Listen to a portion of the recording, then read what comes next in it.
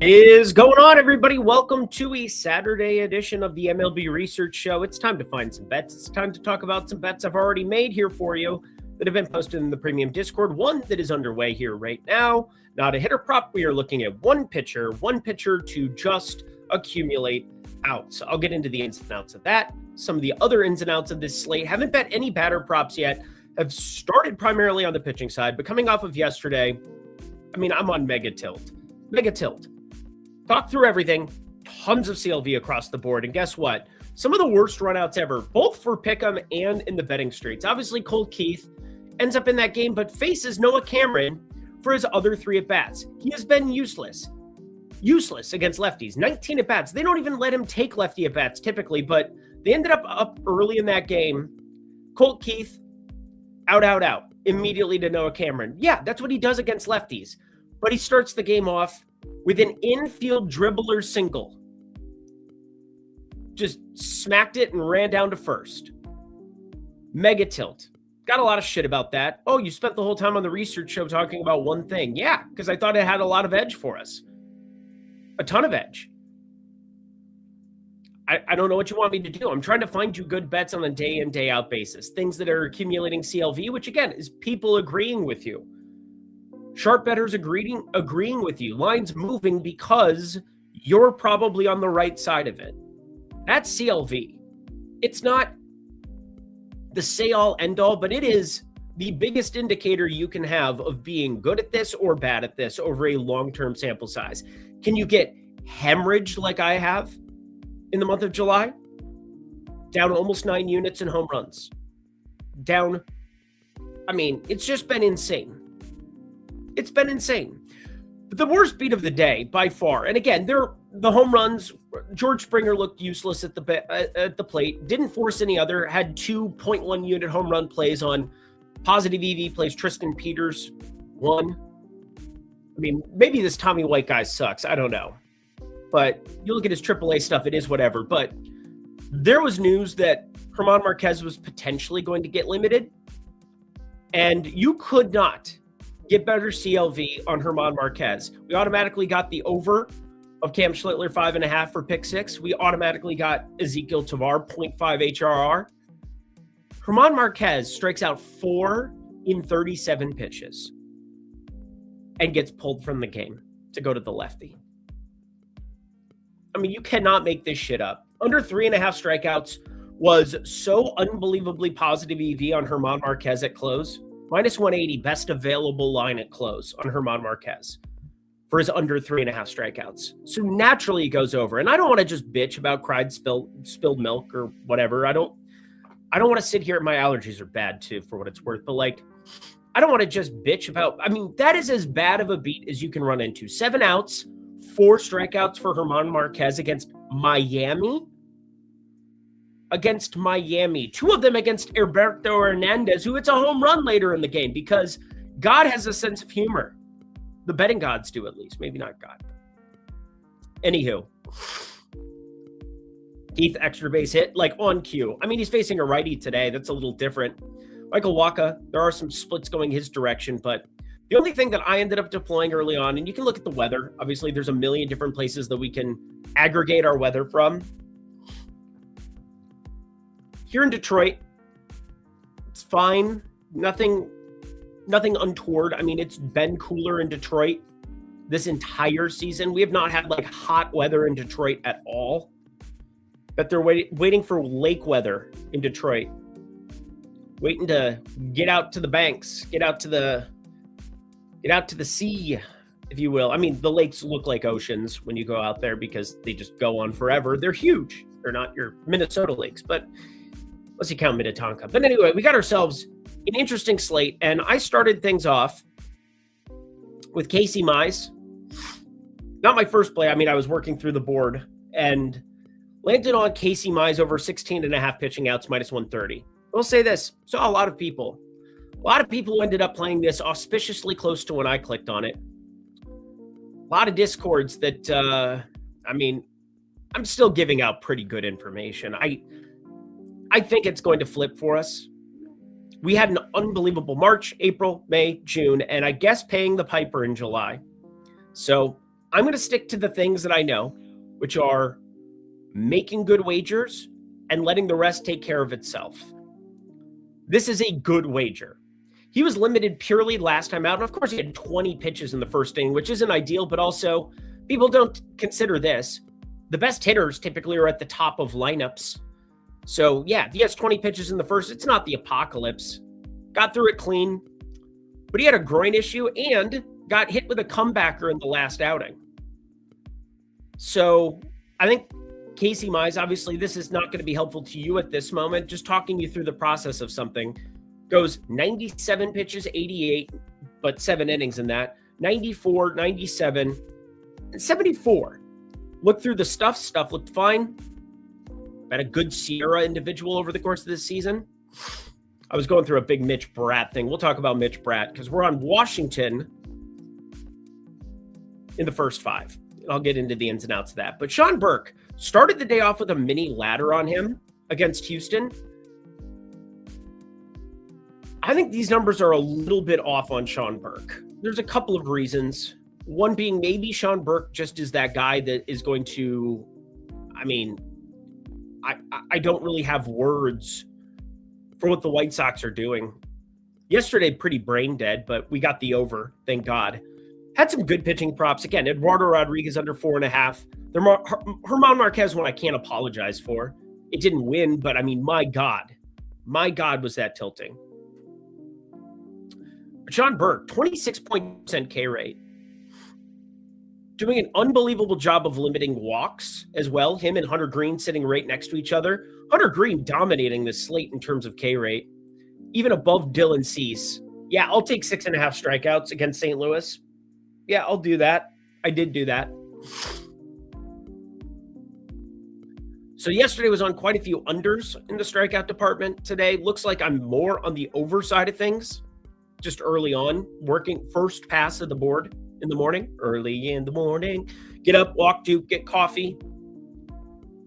Allergies are just killing me. I was going to go hit golf balls, and I just don't feel like hitting golf balls today. Too bad of a mood. Maybe I'll just go out and hit like 100 drivers, depending on how Casey Mize does. But Washington Nationals, run line, first 5. I want to isolate Foster Griffin versus Mitch Bratt. And Mitch Bratt has some curious stuff going on with him. And that's our first game right out the gate, so good diving off point. Hit that like button if you could for me. Spend time with your kid. What are we doing here? I love my kid. My kid's sleeping. My kid was partying at 4 a.m., which is also part of this. Not my best look. Anybody excited for combat sports? No. Good morning, Lindy. Good morning, Michael Applegate. Prize Picks scores too low for the Phillies. Sosa 3, Harper, Schwarber 4.5, Turner 5.5. I'll take a look at that. Might be fun. Haven't played any Pick'em yet, so we can build out some Pick'em on this. We're going to be very efficient today. Yesterday, got really in the weeds on Colt Keith and got burned in the first at bat with a dribbler. Never fun. Never fun. 3 at bats against a lefty went about how you would expect for Colt Keith against a lefty. Unbelievably tilting. AJ Hinch, I hate you. I hate you. Kevin McGonigal back betting second today. But also, Michael Walker reverse splits and we don't have Dingler and we don't have Torkelson in the lineup. Tell me you're looking at trading guys without telling me you're looking at trading guys. What are we actually doing with this lineup? I thought for sure I was going to end up on the Tiger side, and they just rolled out an incompetent lineup. I almost played Michael Walker over 17.5 outs, and it was very juiced. Very juiced. Just get some efficient strikeouts. Just go, Casey Mize. They're low-key selling? No, they're high-key selling. Nothing low-key about it. They're not even that far out in the AL Central. That's what's especially tilting. Like, they're talking about moving Skubal, and I don't blame Skubal for wanting to get the hell out of there. Anytime you take me to arbitration and you don't take care of y'all chicken, I'm not going to like it very much. But this AL Central is just, what's the opposite of a gauntlet? Like a whoopee cushion? This is a whoopee cushion division. Well, wrong division. There we go. This is a whoopee cushion division. Tigers aren't that far back. Guardians, Twins, My Twins yesterday, probably the most incompetent baseball game I've ever watched in my life. Didn't even drink on a Friday night. I was so tilted. Didn't even drink. Felt like I got drunk watching the Twins already. I mean, what was this? What was this game? Best hitting weather on the slate. One hit from Jacob Lopez, then straight out bullpen. Incompetent. Minnesota will do this from time to time against lefties. I do like the complexion of our lineup more against righties. We'll get into that too. But boy, is that freaking tilting. Do you like the White Sox today? I do. Sean Burke. If I haven't played a money line yet, I played the first 5 on Washington, and we'll start there, and we'll kind of work through the rest of this and sweat this out too. Somebody on second already? God, I hate this. I share ESPN because I don't think they give a shit about me sharing this on stream. MLB, I don't know. I know ESPN doesn't give a shit. I don't think they give a shit about anyone, including the people who work there now. It's all right. We have Arizona, Washington kicking things off. You could. Like button, subscribe button, notification bell. We got some good stuff as well. Dallas Keuchel, minor league deal with the Athletics. Why? Whatever. Promo code second half. You guys want to get everything throughout the entire day. I'm going to be with you for at least an hour and a half. At least until around 2:45 Eastern, 11:45 a.m. Pacific. I'm going to be with you. We're going to break down baseball. We're going to find bets as much as we can, some pick 'em as much as we can. That's a lot of hours. Again, we'll see. I don't know. We'll see how Casey Mize does. See how I feel about the hitting of the golf balls today. But promo code second half, 40% off. And promo code BabyLindy50. That gets you 50% off your first week or month. 7-day free trial included as well to check out the tools at Odd Shopper. That's good stuff. Kind of like this. Arizona, Washington begins our boarding walk. And I think Foster Griffin's been like legitimately good for a while now. Like there's some legitimately good things going on with Foster Griffin. It's nice when you can alphabetize it and it just goes to the top. The stuff doesn't impress you like crazy by any means, but what does? This. Whoop. There we go. Across the board, you limit walks, sub 6% walk rate. 248 BABIP probably has some places to regress, but overall, 3.68 Sierra, 3.60 XFIP. Across the board, red is good. Red is good on this page, and that's a lot of red staring us directly in the face. Walks per 9, Ks per 9 are fine. 23.5% K rate, fine. Can spike some upside in that department, fine.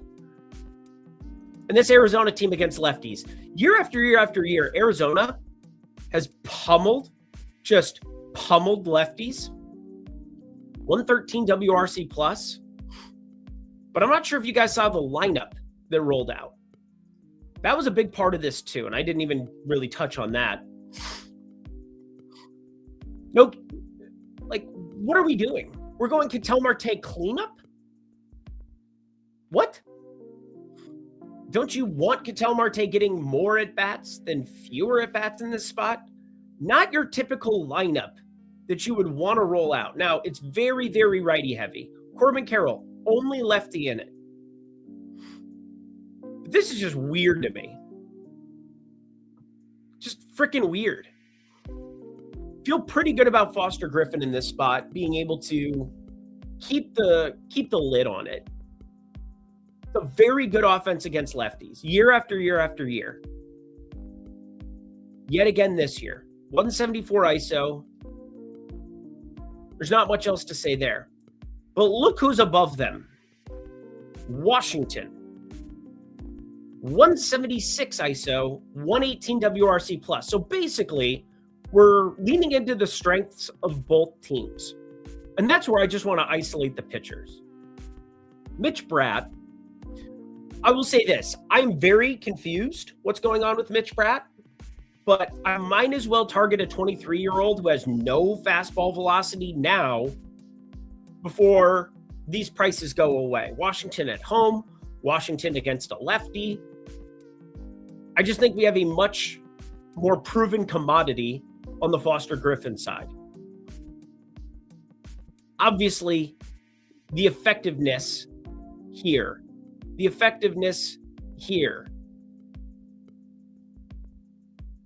And we just flip it because Alphabet works.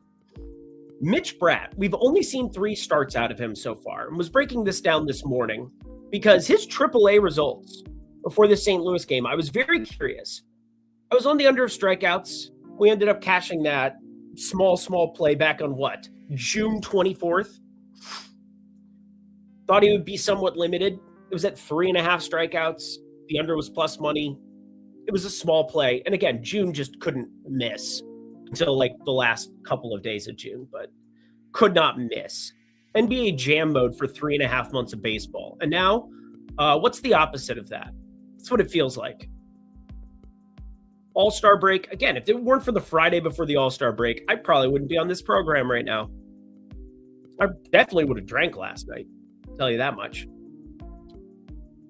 But I look at 3 results for Mitch Bratt, and that's not a huge amount of sample size, but this is the most confusing thing to me about Mitch Bratt. He had been legitimately good in the PCL, in the Pacific Coast League. But we're talking about potentially the worst starting pitcher on this entire slate. In fact, in terms of raw stuff, the worst starting pitcher outside of Ryan Johnson, who actually has some redeeming qualities. Ryan Johnson has some redeeming qualities. I don't see many redeeming qualities in 10 2/3 innings from Mitch Bratt, other than he's been really good in AAA. And I'm sure the Diamondbacks are just like, bro, what's going on? Look at these AAA numbers. Strikeouts aren't crazy by any means, but let's jump down to the advanced portion of this. 25.2% K rate, sub 7% walk rate, sub 1 whip at AAA this year in the frickin' PCL. Baseball on the moon in Albuquerque and Reno and Vegas, Oklahoma City in the summer. When I met you in summer. 3.87 FIP. Now, do I think he is this bad? No, because this exists. We're talking the most hitter-friendly league, including majors. I mean, we're talking the PC frickin' L in Reno, where you pitch half your games. I can't tell you how strange this is to me, that he would be this poor at the major league level. I looked a long time at his walks. Looked a long time. And I will say this too, the bat freaked me out a little bit, sitting closer to around 1.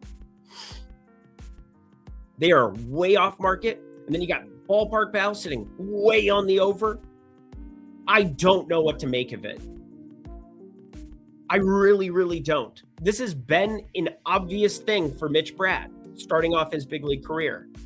It is even money on over 1.5 for a guy with an over 11% walk rate. It's only 10 2/3, and those walks haven't existed in other spots. It also, I mean, the Athletics are whatever, but facing the Cardinals as a left-handed pitcher, very, very difficult. Facing the Dodgers as any pitcher, very, very difficult. But Washington goes in that echelon against left-handed pitching. And against righties, you have to deal with Wooden Abrams and, Luis Garcia Jr. They seem like they're having pretty good years. So for me, I wanted to isolate just the pitching. I wanted to isolate these 2 starters. Mitch Bratt probably not even going to get through 5 innings.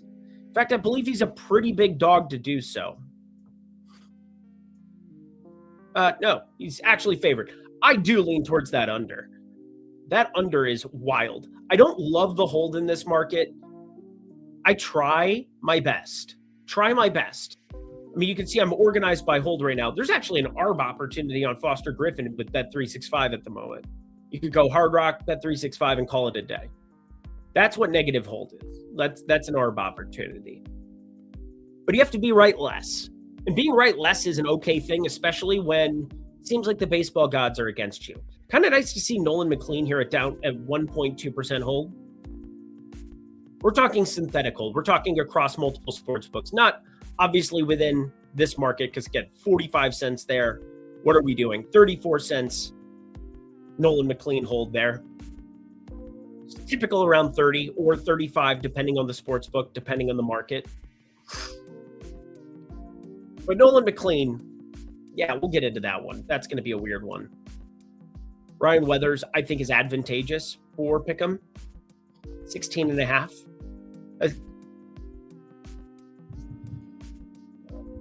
Not the greatest hitting weather, but anyway, I think we've talked enough about this game. Pretty appealing. That's pretty appealing. We like that. You got to be able to roll with the punches. Yes, you do. Yes, you do. Easy gets the job done. Not lately. Not lately. I have not. We got to be honest about things here. How worried should we be about Chaparro today with Garcia not in the lineup? Very worried. You should be very worried. Especially against Mitch Bratt, who is probably not long for this game. 14.5 pitching outs. This is not a point-shoot-click Chaparro who has been free for us on Prize Picks. He has not been the issue. You know who's been the issue is Colson Montgomery. This guy, if I click on 4.5 fantasy score and a good matchup for him, he forgets how to play baseball. If I bet him for a home run, he typically hits a home run. So I should probably just bet his home runs. I feel like there are certain batters that they understand the assignment when I bet their home run. Colson Montgomery understands it. Miguel Vargas yesterday, first day that I can remember, he failed me, but only 4 home runs on the court. I did not like the home run board yesterday. Obviously, there weren't a lot of good hitting weather spots. So it was pretty limited in that direction. Vargas and George Springer, your only 2 quarter unit plays, had 2.1s as well. So 0.7 units down in the home run department. Improvement, which is sad to say. Lindy, can you gloss over some home runs a little when you have a chance? Of course I will. Of course I will. But Mitch Bratt, there's not a lot on the hitting side of things that I'm that in love with. And that's sad because it's just a 46 pitch sample size here to lefties. I don't want to go crazy with that. 150 over here to righties. 15 of those balls in play here. Nothing really happening. Nothing really happened. I mean, that's very much happening, but beaten to the ground. I don't see a lot that I want to isolate on the Washington side there. I'm not going to pick on Foster Griffin. I mean, Ketel Marte cleanup is pretty weird. Pretty freaking weird. I don't know. I think Arizona's searching. They're doing some weird stuff. Weird stuff. Casey Mize, where are we at here? Oh, we're rolling now. We're cooking with gas, Casey Mize. Please tell me that is current. 34 pitches through 3 1/3. Let's keep this thing under 40 if we can. Oh, that's not what is happening.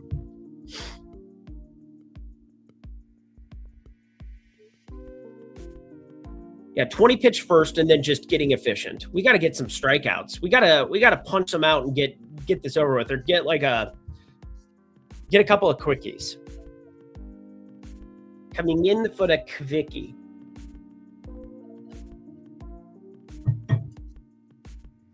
$11 first pitch swings. That's good. We like that. We don't like this accumulation of 0-2 pitches that are just not resulting in any swing and miss. We don't like that.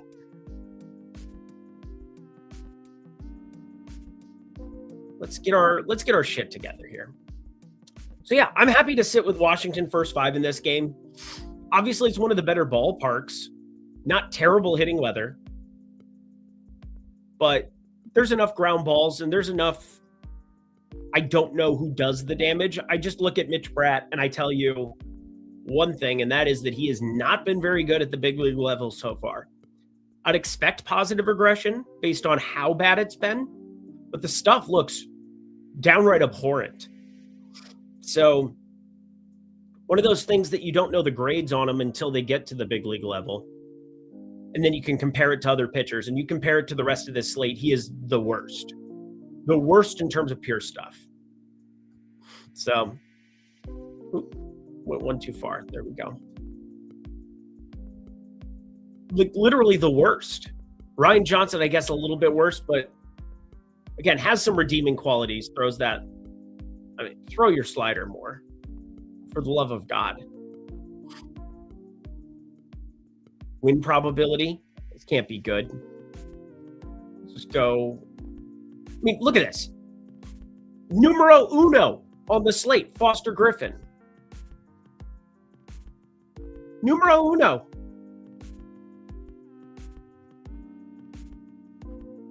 Numero uno. Anyway, we covered that one enough. Let's move along because there's a lot of other things. Talk about Johnson. He's been bad. We also have afternoon baseball in San Francisco, which is always a little bit more appealing. We got the Devers bomb. We got the Schmidt bomb. I didn't have either, of course. 9 total in San Francisco.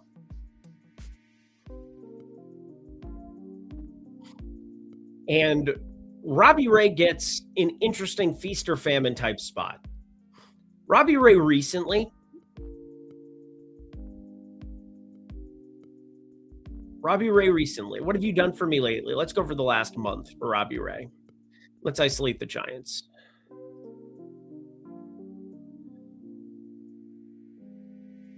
Really good in the home run limitation department, which is pretty impactful when you talk about Neto, Trout, and you're pitching in San Francisco. Not ideal. Not ideal. There's definitely regression due on that based on that. But again, that's your medium contact. Been pretty good in the hard hit department. It's pretty darn good. Sub 40%, pretty darn good.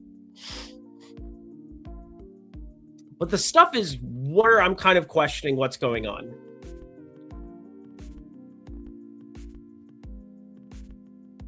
The stuff is bad. Robbie Ray used to be one of the strikeout artists of baseball. At 34 years of age for Robbie Ray now, he's getting by on smoke and mirrors to some extent. Again, he had been pretty unlucky in a couple of years in terms of the results relative to the actual ERA, specifically looking at 2024. But you have to, time comes for us all, friends. Time comes for us all. Highest expected batting average in a long time. Always been a fly ball pitcher. But Robbie Ray with the Arizona Diamondbacks in Dodger Stadium, free money. Free money. Would be like a 2-to-1 dog in so many of those spots. And I remember for years peppering the board on that. Not that I care that it was in Dodger Stadium. What I cared about was the price relative to his chances of striking out the Dodgers, who usually faced a lot of righty pitching within the division. And used to play a lot more divisional games back in 2014, 15, 16, 17. Used to be a lot more just centric to the NL. Scheduling's opened up quite a bit. But you'd get the oddball Robbie Ray in there.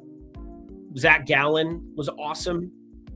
I mean, there were some great prices to get Arizona Diamondbacks. They were not a good baseball team at any of those points. And yet we would get amazing pricing on Robbie Ray, Zach Gallen. Oh, it was the best. You said Brad over walks. I looked at it for a long time. I'm just a little freaked out by the bat. The bat has him closer to 1, and he has no walk stuff at AAA.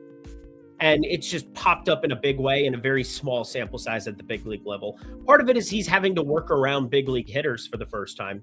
You go from AAA, yeah, you're playing baseball on the moon, but you're facing a weaker class of hitters. And he didn't have to have elite stuff. He does not have elite stuff. I think that is pretty clear. He's not going to wake up this morning and throw at 95. He's not going to wake up this morning and get a lot of horizontal induced movement on his breaking stuff. It's just not going to show up. But Robbie Ray does one thing very well.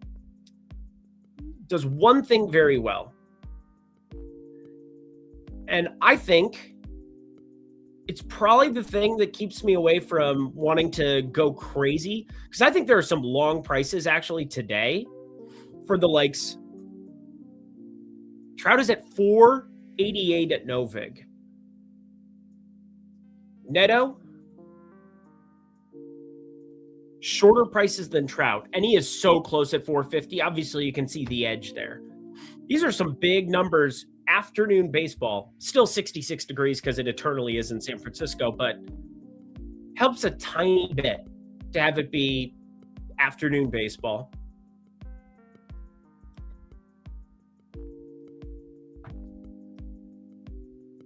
Casey Mize, 46 pitches through 3. We're on good shape there. Double that up to 92. Let's just keep it rolling.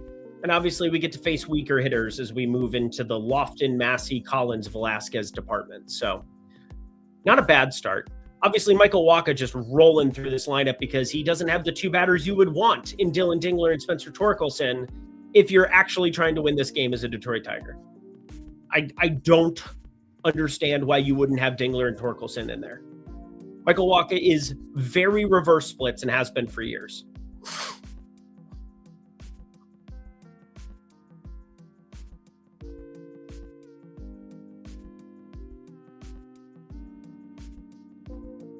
Padres stolen bases. Let's take a look, because there's always one question, and that is who's catching. Yes, we're gonna like stolen bases. No Joe Mack. Why is Joe Mack not in that lineup? Let's do that now. Let's get some bets in. I'll break down the Yuri Perez thing. We've been pretty unlucky in this department too. Let's look at the stolen bases here. It is a big deal to not have Joe Mack in that lineup. They were also just fucking around with us this morning. There were 3 different pitchers listed across the board. I was pretty sure JP Sears is going to get the start. Pretty damn sure. But yeah, we do like stolen bases a lot with no Joe Mack. When did that lineup come in? But Gavin Bauer, you were 100% on the right scent with that. Yuri Perez has been awesome, but not having Joe Mack behind the dish is a joke for them.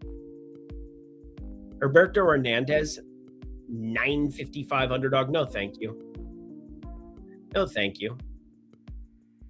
I'm good.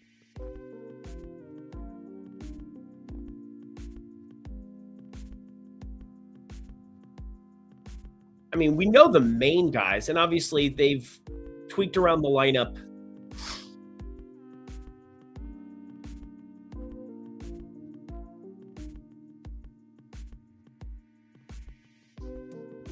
Merrill in the 5 hole. Luis Renifo is slower than you and me. I mean, there's really only 3 guys to be looking at. Tatis, Cronenworth, Merrill. I'm probably not going to try to get cute with the long money, even though they're very live. I'm probably not going to get too thin. Probably just these 3. Merrill, Tatis, Cronenworth. Cronenworth has been abysmal. 306 ex-WOBA, 234 expected batting average. You have one job to do, and you have to do it, sir.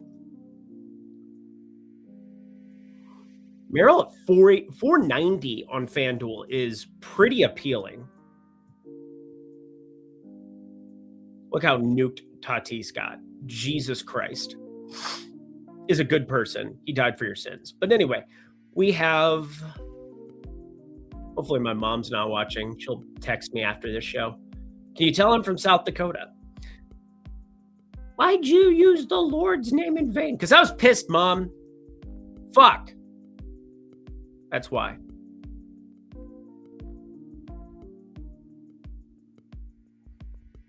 This is very, very appealing. I love chat. I love you guys. You guys pay attention to shit too. I appreciate that about you. Let's get 2 of these 3 guys. I don't think I can do Tatis at this number. Obviously, he's the most likely to just be on base, period. End of story. Oh no, Eric, Ballpark Pal doesn't like it. I don't care. I don't care. Ballpark Pal probably has Joe Mack catching, if I had to guess. The difference between Joe Mack catching and Liam Hicks catching is the difference between my June and my July. One is very, very good. One is very, very shit. Ooh, Daddy needs a new bicycle. Daddy needs a new bicycle. Cronenworth really stands out at 640 on FanDuel. I might just Cronenworth, 2-hole Cronenworth, 3 at bats against Yuri. I will let you know this. They have had Joe Mack sub into games at the end when they're up. It's been pretty tilting. There's a couple of times where I'm like, oh, maybe we have some late stolen base equity. And no, not pinch hit for Joe Mack for Liam Hicks. Although, my God, Joe Mack going yard again yesterday. Just an asinine price. I saw 750, I think, was the primary one. I didn't like Joe Mack, but 9-hole, of course, he goes yard immediately. Goes yard immediately. Do you have any lean on Robbie Ray under 2.5? Yeah, I lean into it. We talked about that game just a second ago. I think it's pretty efficient. Robbie Ray's stuff has not been good. The Angels obviously strike out a lot. There's a pretty wide range of outcomes. I think it's a very difficult game to get a sense for what to do. If you made me do anything, I think Neto home run was my favorite. But Ryan Johnson's been bad. I just don't think you can touch any of these prices. How does somebody feel about a plus 325 bomb in San Francisco? Not great. How do you feel about plus 425 bomb in San Francisco? Not great. Schmitty was close. Schmitty's close. But yeah, Neto bomb was the thing that stood out the most to me in that game, working through it this morning.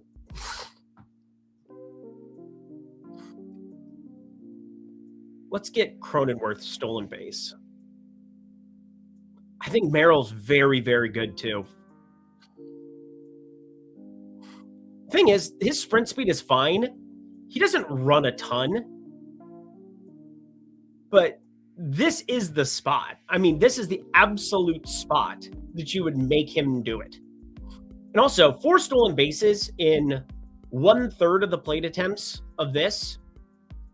I mean, he's running more this season.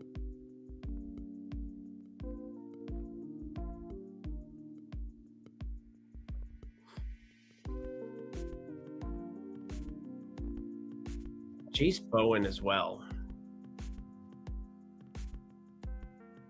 Not in the lineup. Makes it hard. It's hard to bet guys who aren't in lineups. I guess it's not hard on Prize Picks because they don't fucking pay attention, but that's a fucking conversation for a different day. Merrill just got nuked. Well, we're talking about it, so that's the problem. We're literally talking about it, and people are doing things about it. Because they're recognizing that Joe Mack not catching is a big deal.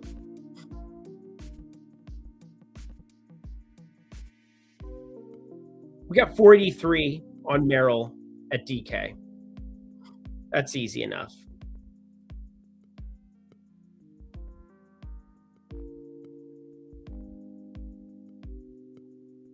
That's easy enough for me. I'm just going to sprinkle Cronenworth.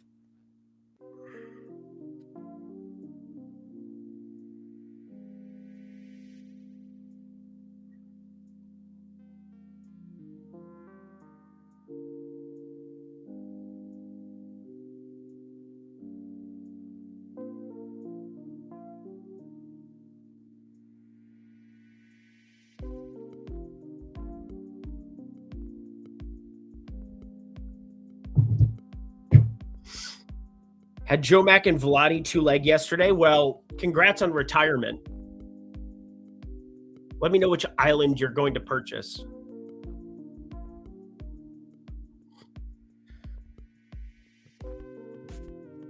Just to break this down quick in case you don't know, Yuri Perez has been exceptional this season.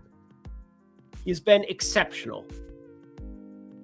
1 hit, 8 hits, 0 hits, literal no-hitter going. So one little mistake. Yuri Perez, though, there are walks in the portfolio. And one of the fun things about walks is it accomplishes exactly what you want when you're betting stolen bases, and that's getting their damn ass on first base. So despite that ridiculous outing against the Athletics in Sutter Park, for what it's worth, one of the more impressive outings, and Joe Mack was catching, so there's that, but we have 3, 5, 11 guys showing up on first base. And obviously, if there's somebody that's already on first, that's not helpful, unless you're Cronenworth and that person is Tatis in front of you. Doesn't hurt my feelings. Does not hurt my feelings. Merrill got nuked. Yeah, we just nuked it. 486 was a bad number. This is what happens, though. That lineup dropped when? When did that lineup drop? And this is why I wanted to do this now, because I knew that we'd be able to, because I was going to go live at 11, do like an hour and a half show, do it. I'm like, I think we want to be reacting to lineups. I think we want to be talking about this. Miami. Yeah, we got the Miami lineup forever ago. But we get this lineup, and it's literally what we're talking about right now. We've got 130 people. I'm going to guess out of the 130 people watching, most of you care about baseball in the way that I care about baseball. Most of you care about winning bets in the same way I care about winning bets. If you watch this program, why I like doing this show more than I like doing MLB Lindy's is I feel like I'm having a conversation with people who want to get better at this. And also, I get to uncover things for myself too. I get to refine my process. Has it gone well this month? No. But anybody who bets and does so with intent to be profitable is revamping, is understanding that variance will go against you at times. 4 strikeouts for German Marquez in 37 pitches is a terrible, horrendous beat. You know that because you're sharper than the average bear. You're not one of the people coming at me saying, just retire already, which, Tim, fuck you. But just saying, you're probably better off than most because you're actually going through process, price and probability, data, understanding that it doesn't guarantee you wins, but we get 180 plus days of baseball to bet. And I've been profitable for most of them this season. For a large majority of the days this season, I have been profitable at betting baseball. If you tuned into me for the last 3 weeks, you're probably not profitable at betting baseball with me. Period. Unless you're just betting against me, in which case, fuck you too. But I am so happy to do this show on a day in, day out basis because you care about things like Yuri Perez, who's been awesome, but walks are a thing. Stolen bases are an actual market you can bet, and we get to choose. The fun part about being us is we get to choose what we get to bet and what we don't. We don't have to post lines for every single bet. Sportsbooks do. They combat that, markets that they're not as good at, by increasing the hold, by increasing the vig, charging you more to make a wager. So they have a better opportunity to not get lit up in a specific spot. Well, we should absolutely, for a guy who has a negative 12 net base advantage, 15 stolen bases, just 3 caught stealings. Do you know how nuclear this would look if Joe Mack didn't exist? It is so easy to run on Yuri Perez. Probably the easiest target in baseball to run on. And part of the reason you don't even see Agustin Ramirez anymore, part of the reason that you see Joe Mack every damn day, except for today, which is obviously beautiful, is that Miami's typically not had guys who could help out Sandy Alcantara and Yuri Perez, who are very bad at holding runners themselves, actually straight out incompetent. They need all the help they can get. And Liam Hicks is not helpful. Is he okay? Yeah, I'd put him in the okay category. He's okay. 1 caught stealing above average. 5 caught stealings. 16% caught stealing percentage. That's still a lot of people running on your ass. It's a lot of people attempting stolen bases, and you've only caught 1 above average. And if you dig through StatCast, they talk about how far the runner is leading off, how fast they are, and then the pitcher on the other side. Like, there's a lot that goes into them giving you the caught stealings above average. What I am displaying to you is Liam Hicks, who's fine. He had been below average last season. This year, he's fine. Being fine is not good enough for Yuri Perez. In fact, this is what you need if you're Yuri Perez. You need Joe Mack. If you don't have this, which is the best in baseball, this guy is elite beyond the dish. And we talked about this for the first appearance for Joe Mack, where I'm like, he might be really good. He might be really good. You look at his AAA data, he is unbelievable behind the dish. 35 stolen base attempts, 11 caught stealings. Double that, he is doubling up Liam Hicks. Lee. He's pretty good. 61 pitches through 4. All right. We're in good shape. We're in good shape, and we're getting to the bottom half of this order, I'm assuming. Yeah, we're in good shape. Massey, Collins, Velasquez starting off the inning. Let's just get 1, 2, 3 real quick, Casey Mize.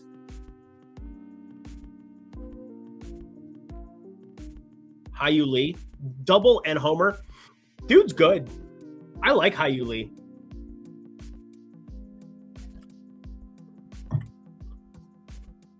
Remember when we bet him for plus 1,000 and he had a nuke to the wall? That was fun. That was fun. It did not leave the ballpark because God forbid it left the ballpark, but anywho. That was a great segue, and obviously that was the next game to talk about, so I'm glad that we found a little bit of goodness there. Toronto, Boston, and then I will open up the floor. I just want to get these 4 games out of the way for us. I think that's the right way to do this. These games, I know that you're paying attention to them. I'm paying attention to them. I want to pay attention to Casey Mize, too, in this next inning and just hope he goes really fast through it. That would make me very erect. That would blue pill me. And then we'll move on. But Dylan Cease, heard he generates strikeouts. Fenway, heard it is very wind affected. These are 2 very true things. I am very, very flummoxed on this game because Boston, yes, they have been what the kids would call hot right now. They've been very, very hot.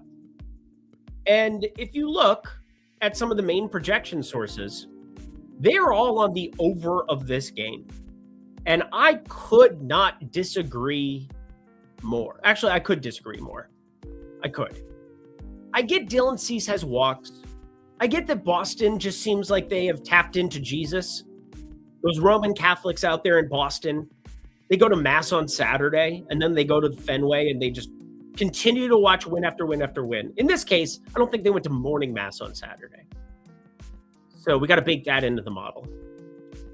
But outside of walks, what does Dylan Cease not do well? What does Dylan Cease not do well? He does everything top tier I think he should be a runaway Cy Young. I haven't looked at the Cy Young board here in a week. I mean, I love what Dylan Cease has done this season. Hard not to. He fixed a lot of his location issues. I mean, his location issues, I know it's a 10.5% walk rate,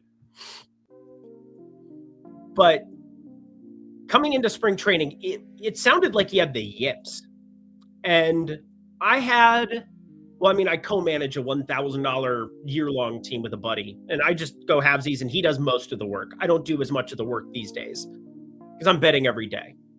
And so we co-manage this team, and we have Dylan Cease on it. And I waved the flag where I said, I don't know what's going on with Dylan Cease, but we might potentially need to buy or sell high on Dylan Cease.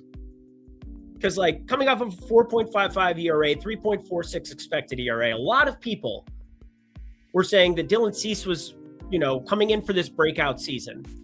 And he was walking everybody in spring training. Walking everybody. And it freaked me out. And my buddy said, no, we are not doing it. And he is sharper than me when it comes to certain things because he's best friends with a lot of Major League Baseball players. And I'm very lucky to have this friend for what it's worth. But, like, he was like, no, Dylan Cease is working on looking at the dugout before he throws. It's like, what are you fucking talking about? And then he broke this down, I think at the ESPYs red carpet it was, this exact moment. And we obviously kept Dylan Cease because, he was just steadfast in the fact that this mattered. And my buddy did pitch at AAA. He got up to AAA and then, now he works in finance. But he basically said Dylan Cease needed to have a trigger. So in golf, and I'm a golfer, so I was thinking about this like putting. Some people tap their putter. You go through a routine and you do the same thing every single time, so that you can kind of turn your brain off and allow for just the athletic motion to come in. And in putting, you kind of like look at the hole. Some people look at it twice. Some people look at it once. You tap your putter or you forward press or you do something. So you create movement before the athletic delivery of the performance. Dylan Cease started looking at the dugout as his trigger. And if you watch the game today, please do watch Dylan Cease and his delivery, because I've been watching it all year because I cannot believe how sharp of a point this was for my buddy. And this is obviously not going to show up on a StatCast page. This is obviously not going to be something that you can tap into for a massive edge. It's pretty baked in because it comes down to what the results have been. But he is freewheeling. And you will take 0.7% more of a walk rate if you are generating this much swing and miss at a 36% clip. And he said it just allows for him to not care about the location as much, which is an insane thing to say for a pitcher. But, like, you obviously don't want to locate it in the middle of the zone. But if your pitch mix is working in a way where you can just turn your brain off, and just, Pitching Ninja, I think, had something about it as well. But I've been talking about this for 2 months. I don't know if I've gone into like as much depth as like what it was coming in. But we have Cease. Well, he has a big position on Cease Cy Young. So I'm beating the drum for Cease Cy Young. That's what I'm saying. This Cam Schlittler stuff was just pissing me off. And then he pitched pretty well yesterday. I didn't see the finishing result. I saw that Luzardo pitched pretty damn well too. Quick inning for Mize. 74 pitches. Let's go. That gives him like 20 pitches of leash against the top of the Kansas City lineup to start off the sixth. Let's go. I need 2 outs. I need 2 outs, Casey Mize. 2 of them. I played that one pretty heavy, so again, just a standard 0.65 to win a half unit, but I don't need to start a unit down today. I just don't. I don't need that for my sanity. I don't need that.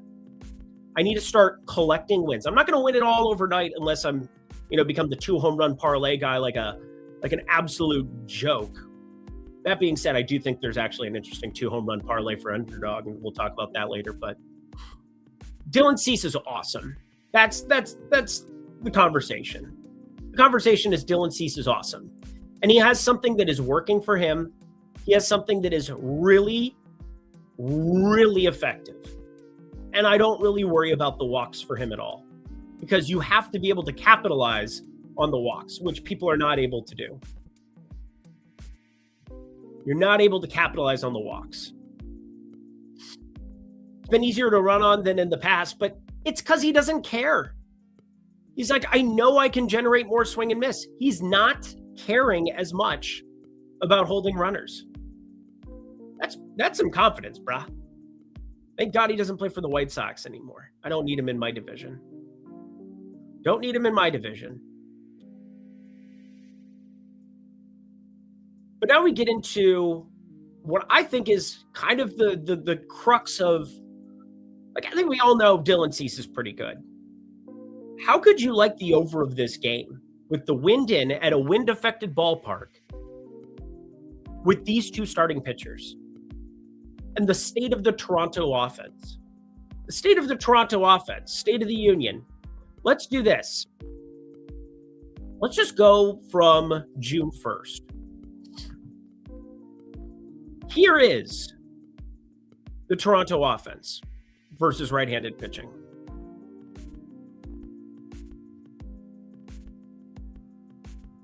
They're getting no walks.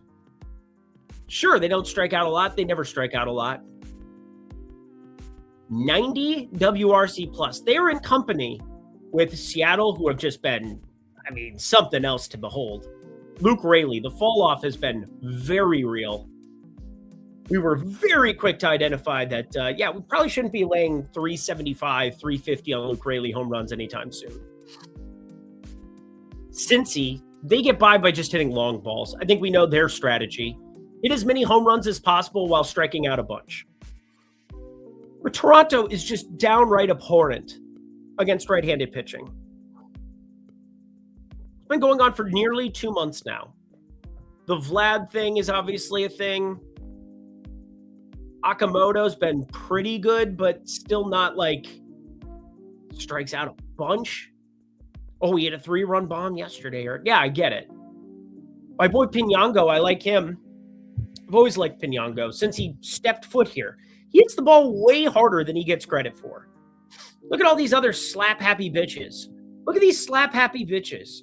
So many slap-happy bitches just hanging out in the club. Go with the beat drop. And then Pinango just murders it. Like, what are we doing?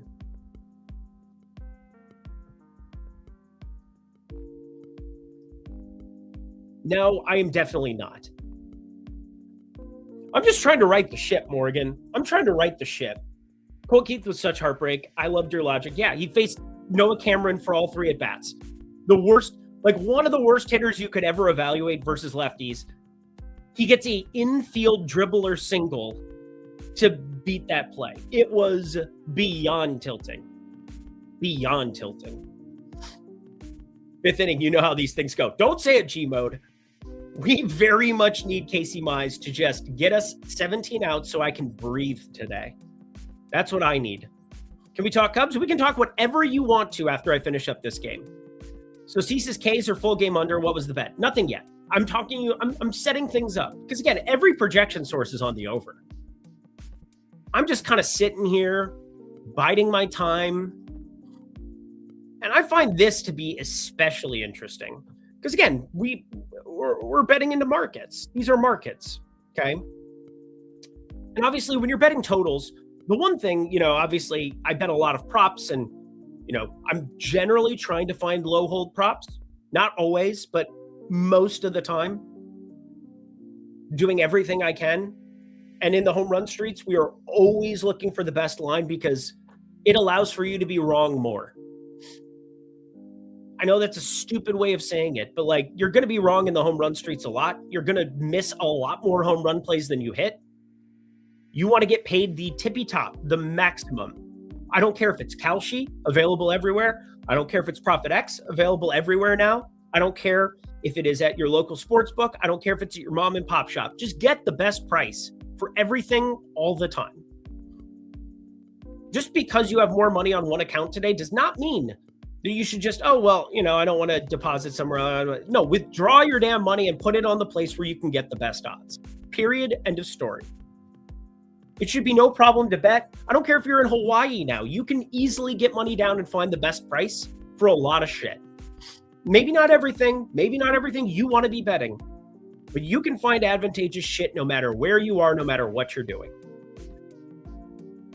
And we can especially do it now that everybody's got totals and sides posted. These are all low hold markets. Everything. I mean, what's the highest hold we've got on a market? 4.8% is your highest hold on a total of the day. Now, they're also going to be very efficient. You better have a reason. You better have a reason to be betting into some of this. Otherwise, you're just going to bleed out money over a long sample size, and you're not going to find this out. But we have 7 that is starting to show up everywhere. 7s that are showing up everywhere. Look at this over. It's cratered throughout the day. And yet every projection source continues to tell me it's a little too low. I don't see it. I really don't. I don't see a planet where these two pitchers aren't effective. So these typically end up having more hold on them. We're typically going to see something like Cease. I mean, look at this shit. Look at this fucking shit, dude. This is just outrageous.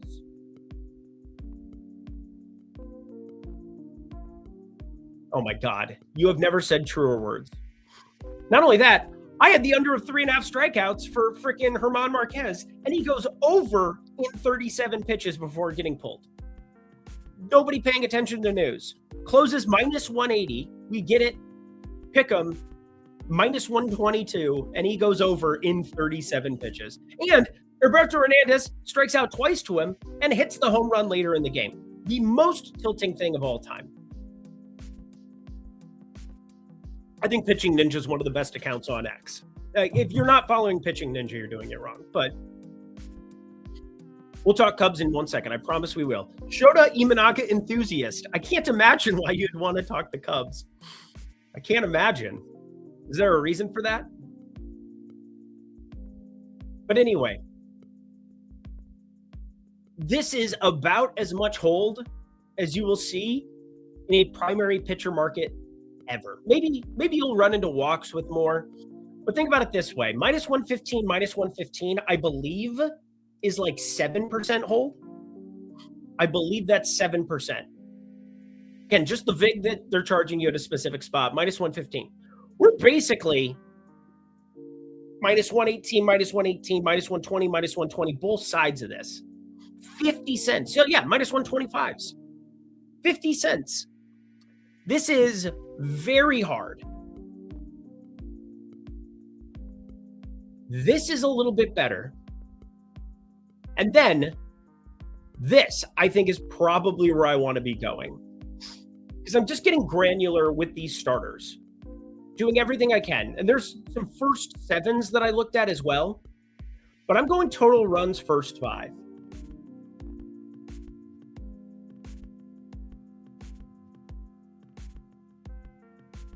We've trimmed down this hold, not substantially. And you could say, but Eric, the total looks better in the other. No.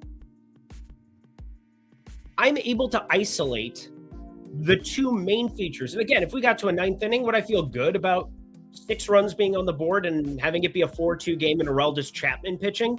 Yes, I would feel pretty damn good. But minus 115, minus 115, minus 110, minus 120. Instead of the pitcher props, where we are paying more hold for what I believe is the same thing I'm trying to isolate, which is Gray and Cease pitching very well. Also, think about it this way. I don't think people think about the first 5 market correctly. The first 5 also is basically telling me, for elite pitchers, 2 times through the lineup. If you face 15 batters, that is not a guarantee to be 5 innings, but it's closer for an elite pitcher who Dylan Cease might give up 2 walks, 2 hits, and you're basically starting that 3rd time through. And there is a lot of data. This is why managers do this all the time now. This is why you watch it and we're like, oh shit, is he going to stay in this game? You don't know. You're avoiding the 3rd time through the lineup in a lot of situations where the starter doesn't get blown up. You might have to face the top half again. And again, you more than likely need to in this kind of a market, but I feel really good about the under of 3.5 for the first 5 in this market, because I'm able to get something that is actually better than the hold that is on your screen. That is because when it's moving here, we have minus 104. So let's plug minus 104 in there, minus 115. Minus 104, minus 115. That is better than the standard minus 110, minus 110.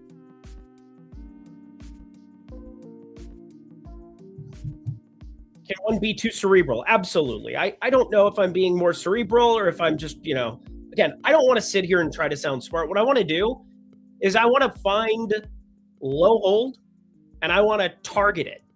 I want to find small edges that are going to push us over the top long term. Because everybody's like, oh, well, Dylan Cease, I'm going to take his under outs. That's a big number. Oh, I'm going to take the under. No. Oh, but props, they're not going to be as efficient as, well, no, they're not going to be. But the books know that. Markets know that. That's why they are charging you more in order to find out. We want to be charged less. We want fewer fees. Do you want to pay, an automatic 20% tip when you go to dinner? Or do you want to pay 15%? Now, don't be stingy when you go out to eat. That is not the right example. What I'm saying is, would you rather pay more for something or less for something? I would always like to pay less. I would like to pay less on something. Minus 104 on FanDuel. Game line.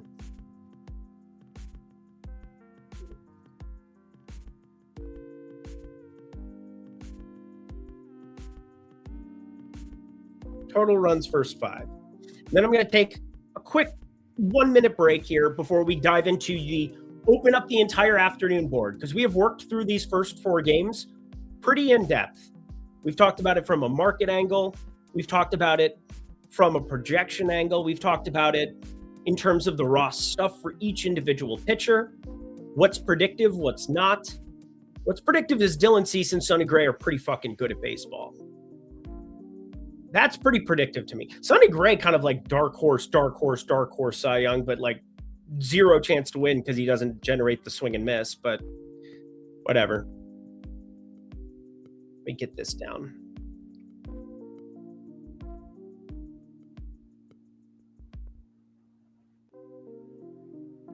I'll recap what we've bet so far. We'll see how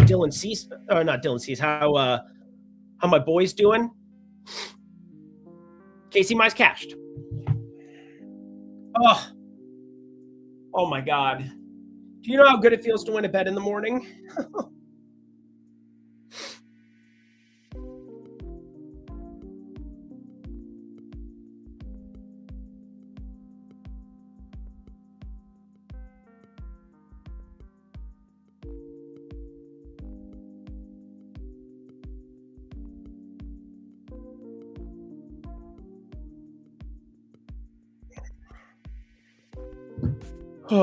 We'll get all the home runs. I've not bet a single batter prop yet today.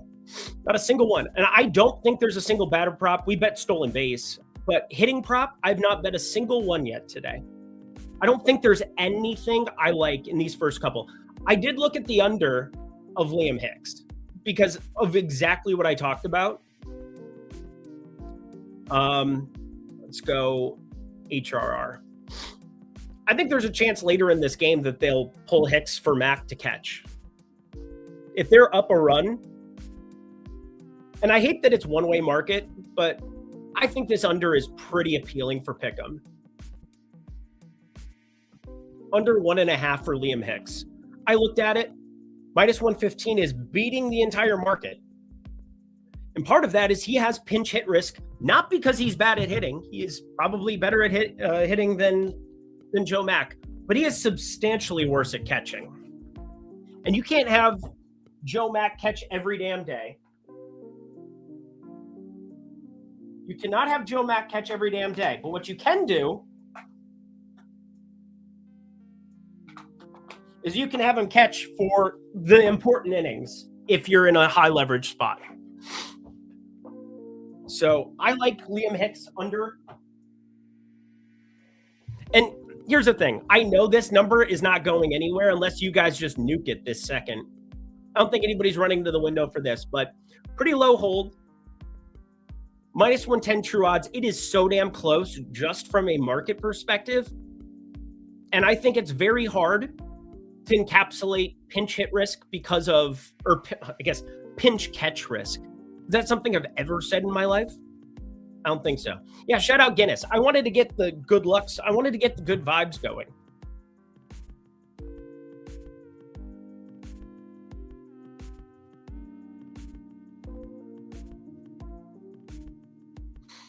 Discord is happy. I'm happy. We're all happy. Let's take one quick breather and we'll keep it rocking. Got Morgan Wiper, one of the best DFS players on planet Earth, by the way. The guy is swimming in cash, and he's tuning in to listen to me talk about MLB betting, which I really appreciate. And I have a lot of respect for how he goes about his business, and I appreciate the shout out as well. Green Rising, I think he cashed. He did cash. Winner. God, that feels good. I needed that so bad. Reasons why ProfitX and NoVig are your friend. Yes, they are. But NoVig is going to be a little Vig soon. Like, it sounds like they're going to, when they go prediction market, going to charge fees. So you change your name. I'm going to call it a little Vig.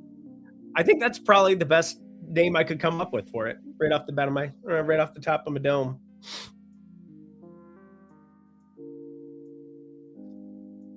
Yes, Morgan. Yes, Morgan. Yes, Morgan. I mean, being like a talking head doing a betting video for 6 years, it's not as much fun as this. I love the research part of it and actually talking about why I'm betting something. It's unfortunate. I try to be a fun, happy, social human being in the world because that's what I am. Like, I'd say I turn it up maybe like 50% on camera relative to what I am in real life. But, you know, I'm excited. I love sports and I love betting. Like, been betting against my dad. My dad taught me about betting. He used to bet against me watching ESPN Classic when I was like 7. It's like, I'll bet you $1 he makes this shot. I'm like, fuck you, Dad. He's not going to make it. Bet. And I didn't realize it was on delay. So I come from a betting family. All of our vacations revolve around going to Vegas or a sporting event. And, you know, obviously now you can go everywhere and be able to bet. So it doesn't matter. You can literally go to a Giants game today and be able to get money down on whatever you want. Maybe not perfectly, but again, the thing is understanding you're going to be wrong. When you bet thousands of things over the course of an MLB season, you're going to get so many things wrong. But if you identify low hold, you can be wrong more often and survive. If you are trying to be right with high hold, you are going to get murdered. And it is my job to understand that, yeah, betting overnights, being careful of your accounts, understanding this stuff. Again, I'm very lucky to have Greg Ehrenberg, one of the best bettors that I know personally on planet Earth. You know, Laffy, Josh, all these guys from the DFS backgrounds that we have. And for me, I've just been betting longer than everybody except for Greg. I think Greg's been betting maybe 12, 13 years. And it's not about being right. I don't give a shit. Home runs, you're gonna miss way more home runs than you get right. But over a long-term sample size, just getting expected value, as long as you are managing your bankroll correctly, I will never get you murdered in an individual day. As bad as it might feel, I will never get you murdered. And I will also put you in a position to win.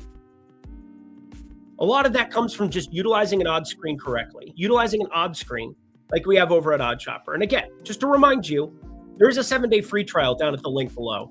Baby Lindy 50. Shout out Lila. She's sleeping still. Thank God. My wife said, keep going. I'm like, awesome. I don't have to go anywhere. I get to talk baseball with my friends. Baby Lindy 50.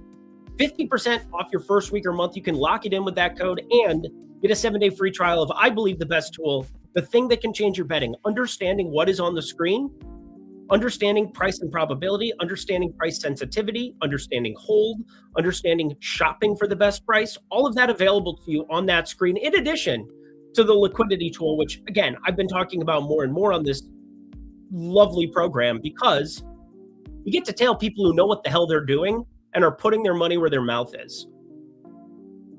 You know, my $50, $100 bets, they're not swinging lines. What are all of us collectively betting things? But this is insanely valuable, whether it's a group, whether it is an individual, no matter what is showing up here on your screen. There are a lot of people betting a lot more than you think they are on specific things, like, I don't know, Colorado Rockies, 1.5 on the run line. Get a run and a half with the Colorado Rockies. Available plus 105 Caesars. I think that's an appealing play as is. Yesterday, if you watched this program, I said the best up 2 promo by far was the Colorado Rockies. You want a road team, so they bat first. They have the chance of going up first. And it was a pretty efficient line. Not something I wanted to bet individually, but efficient can be good for an up 2 promo. Efficient is fine. Betting something that is 50-50 coin flip as far as like whether or not it's expected value, positive expected value or not, that is your advantage when you have an up 2 promo. I think Colorado is very interesting on the run line coming up later, but I know somebody wanted to talk about the Cubs. We'll start there. Throw your questions into chat. If you have plays that you guys want to fire up. Oh, dude, Craig's been betting forever.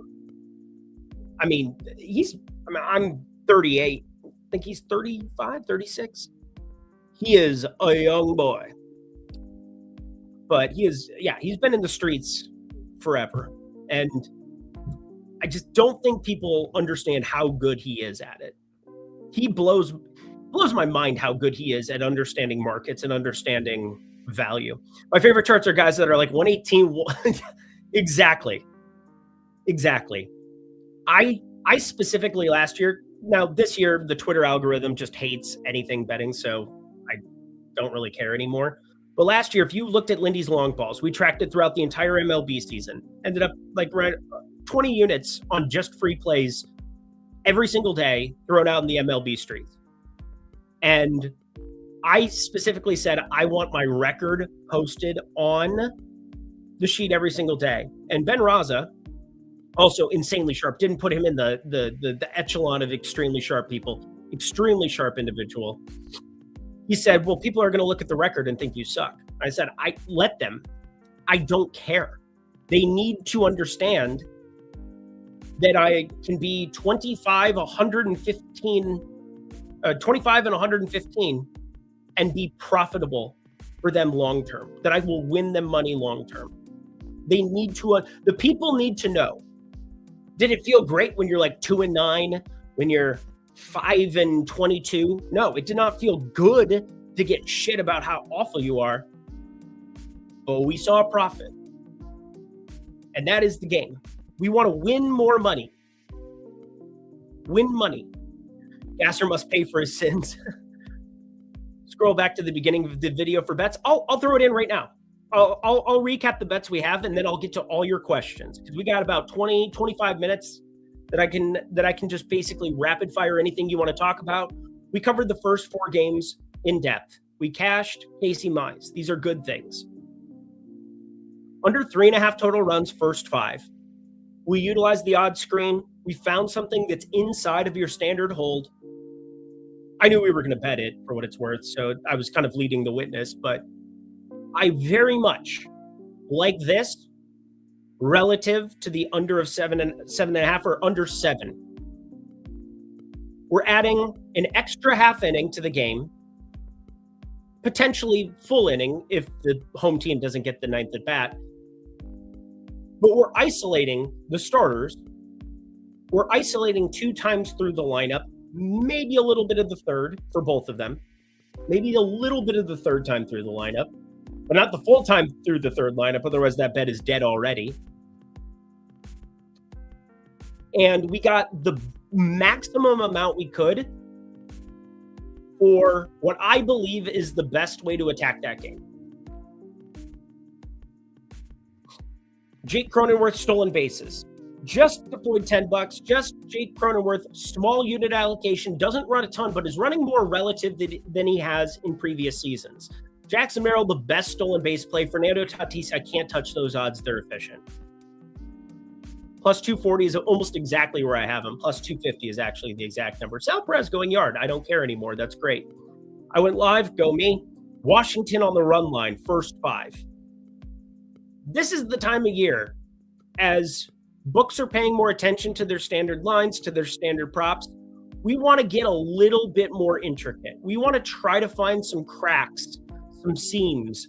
And I think laying a half run on Washington relative to what we've seen from Mitch Bratt's stuff, relative to Foster Griffin, who leads this slate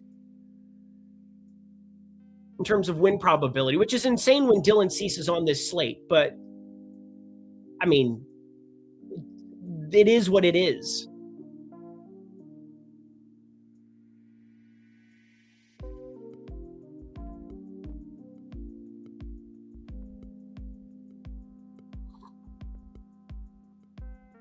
Insanity. I think it's a really good opportunity for us in that first 5 market. Can it lose? Absolutely. It's price and probability. Can it lose? For sure. Should it be inside of 58%? No, it should not. That's called edge. So we like this. You can get this at minus 113 if you're playing at Novig. Minus 117 at ProfitX. Starts in the standard books now, minus 120, minus 115, where you're able to get there at Bet365. Shout out Bet365. Protect that account. PC Mize, 16.5 total pitching outs. Cash, Mooney. Hunter Green, 6.5 total strikeouts. You know what I'm going to do? I'm going to build out a template where as I make plays, they show up on your screen and they just sit there. Would that look cool? Instead of the bottom bar there, what if as we make plays, they show up in the bottom bar so you know as we're building out? That'd be a cool idea, right? Then I don't have to like recap them and you have to search through. They just show up on the screen throughout the duration of the video. I think that's a really good idea. I just thought of that now. Sean Burke. I'm not a huge strikeout ladder guy, but I'm a huge strikeout ladder guy when I know I can get CLV on something that is definitely going to go our way. 481. That was a bad number. Got him closer to 400. Is it unlikely? Yes. Do I think there's edge there? Absolutely. That's why we got that. We have CLV coming our direction on Sean Burke here. I mean, shit. 200. FanDuel's sharper than you probably understand. Some books are very, very good at things. Some books are very, very bad at things. FanDuel's pretty sharp. So I'm always surprised to see all the FanDuel tickets that are just abhorrent home run parlays that show up there. And Sean Burke, over 5.5 total strikeouts, the one I played the heaviest, 0.4, 0.2, 0.1. There's different ways that people go about laddering. I don't think there's any one standard way you need to do it.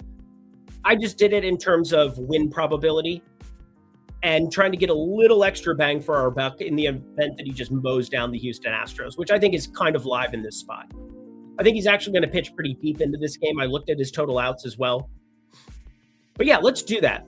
I'm going to build something out in AI tonight, and I'll get the plays updated on the bottom bar. So we'll get rid of the regular template here, or maybe I can combine it with what I already have, and we'll just have plays, and it'll add everything we bet while on this video.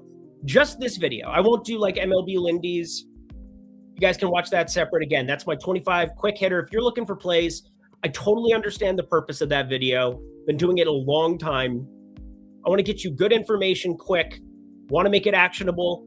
Want to make sure I'm betting things that even if they move a little bit, still have a lot of value. I thought Garrett Mitchell had a ton of value yesterday. He got 40 cents of CLV. You were fine betting him at minus 120, minus 125, which is where it was when I woke up. And then it got nuked even further. CLV is just people agreeing with you. It's this very simple understanding that CLV is just the market saying, you're right, we'll move. Certain markets, props, like a walk prop or something, maybe I could move on my own just with my little army, but I doubt this day and age that it would budge that much on Garrett Mitchell in an HRR prop if I wasn't completely right about that. Can he lose? Yes, he did lose. He did not decide to swing the bat against Sagano at his first two at-bats until like the very last pitch and had some meatballs thrown his direction. But Christian Encarnacion Strand props. I've always liked this guy. I liked him in Cincinnati. I looked back because I was curious. I didn't bet him last year at all, not one time. So I'm curious where he was, if he was just sitting on the sidelines, living his days out in exile, or what was going on. But I've always liked him. And I typically like guys who hit the ball hard and high. I think that's a pretty good rule of thumb. For the things that I do, which are, betting home runs, trying to get people to understand loft is a big part of it. I like these guys. Because in certain spots, if I get batted balls in play, like if you get a gas can there, you get an opportunity to get balls in play that are going to get hit into the air. And I like that a lot. I also like my batters, if I bet them to hit home runs, to not walk. I don't want plate discipline. I want low K rates, this is unsustainable for Christian Encarnacion Strand. If he is, this is going to be one of the best hitters in baseball. 523 x Wobacon, 418 x Woba. I don't think he's one of the best hitters in baseball. In fact, he's hitting well above his weight right now relative to any sample size we have on him. These are unsustainable things, but the dude is on a heater, and you never walk away from the table when you're on a heater. I don't know what we can expect from him going forward, because I don't expect any of this. But he's always swung a big bat. He's always had his dong out, and he swung it around, baby. Those are some no-doubters, and not even pulled no-doubters. We're talking just get ball onto your bat. And there's room for this to grow, which is insane. Here's your chase rate. I do think we're going to see more strikeouts. He's not going to be an 18.2% strikeout rate guy. Otherwise, Baltimore's just found absolute gold. And for what it's worth, I thought he got kind of a raw deal. They went and got Brian Hayes to shore up their defense. I kind of hate when teams do that, because your run expectancy for somebody shoring up third base can't be impacted in the game the same way 4 or 5 at-bats can be. If they make one error, they get persecuted. But if the guy hits, if he hits 280 with 40 jacks, that's more valuable, which is, he's on pace for something even more ridiculous than that in a very small sample. But yeah, last year, didn't bet him one time. Went back and looked. Not a single time did I have Encarnacion Strand on the card. Now, this isn't a lot of sample size. These are not a lot of games, and obviously didn't play a major league game after the 8th. Got sent down, and that's all she wrote. Oh no, he didn't hit for average. You know who else doesn't hit for average? Kyle Schwarber. 377 slugging. I get it. Didn't look good at all. I get it. I can't blame Cincinnati. I can't blame them. But this is a great thing to just find on the for sale rack at a dollar store. Robbie Ray moved to 16.5. Can we still take that? I'll take a look at it. But Encarnacion Strand lofts it and hits it hard. Swings it hard. And Bryce Elder is the guy that I project to have the most home runs allowed on the entire slate. He pitches pretty deep into these games, which, obviously is part of the deal, because like you get somebody like a Mitch Brad out there for 14 and a half outs. Yeah, a guy with 17 and a half outs has more chance, but that's just opportunity. But look at the stats here. And I aggregate everything at the end of the day. Like, I have my own process for this. I really do want to just emphasize the odds screen more than anything on this show, because it's the thing that can change your betting today. Understanding this, understanding this, understanding this, understanding expected value. Having a billion markets to bet in baseball. We have 2 first fives on the card for today. 2 first 5 markets. Parsing off our little sections that can make us money.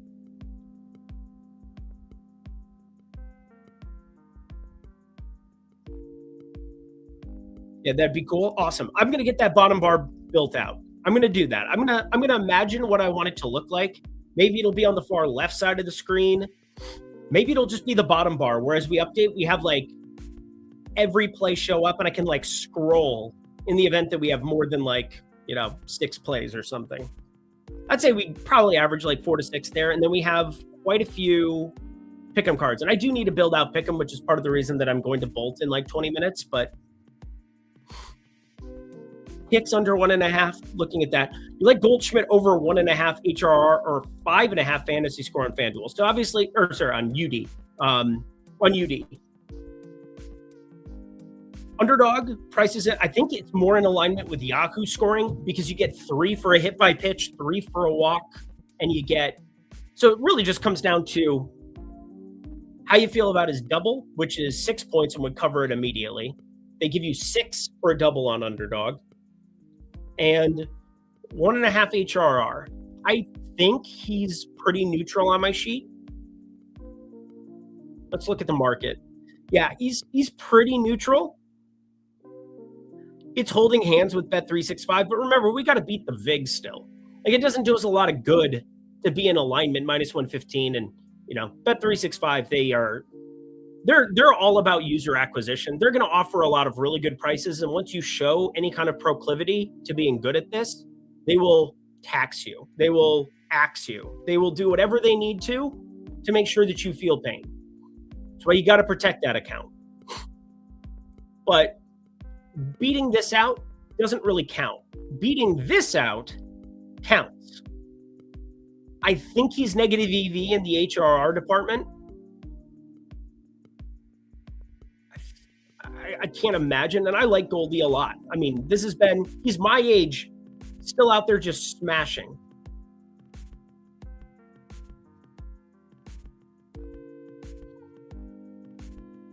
Mesa's been good this year, for what it's worth. It's only going to be the first at bat. So I need to piece together what else. I have not done anything on this game yet. I like to do my simulations. I like to do stuff. And by the way, if you guys didn't notice, one thing, if you want to get into simulations, they now have it available directly on Fangraphs. Not in a perfect way, but I think in a better way to explore what you might want to do with AI for yourself, what you might want to do for a simulation. Like we're big time simulation people over at Stochastic. Stochastic, OddsShopper, all under the same umbrella. And in DFS, it's a different equation because, again, we are playing a salary game. We're playing price and probability to some extent, but like top stack probability relative to your 5 batters, relative to their ownership, relative to other teams on a slate. There's a lot that goes into that. It's pretty clear cut when you start granular on one baseball game. And just to simulate this out, you can literally go in here, and I do this from time to time because I think it's fun, but I built out my own stuff that I think works a little bit better and also is more time efficient. But you're able to go in and click on the individual games. And I don't think I've done this on this screen because, again, it's their product. I don't want to claim that it's going to make you profitable overnight. But there are some interesting things you can do. Tim Mesa as your middle reliever, talking through potential pitchers that can show up. and you have your starters. They have Brian Keller eating up most of the innings here. You can use different projection sources. I prefer going zips personally, and you can actually rotate between them when you do this. Yeah, simulations have changed since it ran. We're able to get a better encapsulation of the games. And you could, I can copy paste this and I can take a look at it, but this gives you an idea of range of outcomes. This gives you an idea of what you should care about. Average runs. Could they put up 0? Yes, they could. Could they put up 10 plus? Yes, they could. And obviously, this data point, there's a lot on the 10 plus side of things over here. But similar to like the bat, similar to any projection source on a daily, like on a day in, day out basis, we're able to get a pretty good idea. Again, these are just going to be 0.24. There's going to be days that he hits 2. So like, it's not going to be 0.24. It doesn't make it 24% for him to hit a home run. It could be more like 0.2 or 0.22. But I think this is pretty awesome. I think this is something that more people should be messing around with just to get familiar with when you're simulating out a game 10,000 times, what this can do for you. Sample play logs, which is pretty wild. It'll simulate out like 3 standard games. These are all very different game scripts. Phillies win 5-2, 6-2, and it's simulating out the entire game. Again, I don't want to say that it's the say-all, end-all, because Mesa been a pretty good been very good this season for the Phillies. Phillies bullpen gets a bad rap at times. Duran is awesome. Kerkering's not having a great year. But Mesa's had a downright fantastic year for the Phillies. Again, 4 ERA doesn't look great, but as a lefty alongside Alvarado, you're getting a lot of the same productivity. You're getting a way better ERA. You're not getting the same strikeout stuff, but again, if you're looking at Goldschmidt, starting with Mesa and turns probably to a full onslaught bullpen game, I think it's hard. I think it's hard for me to want to do anything with Goldschmidt at that number.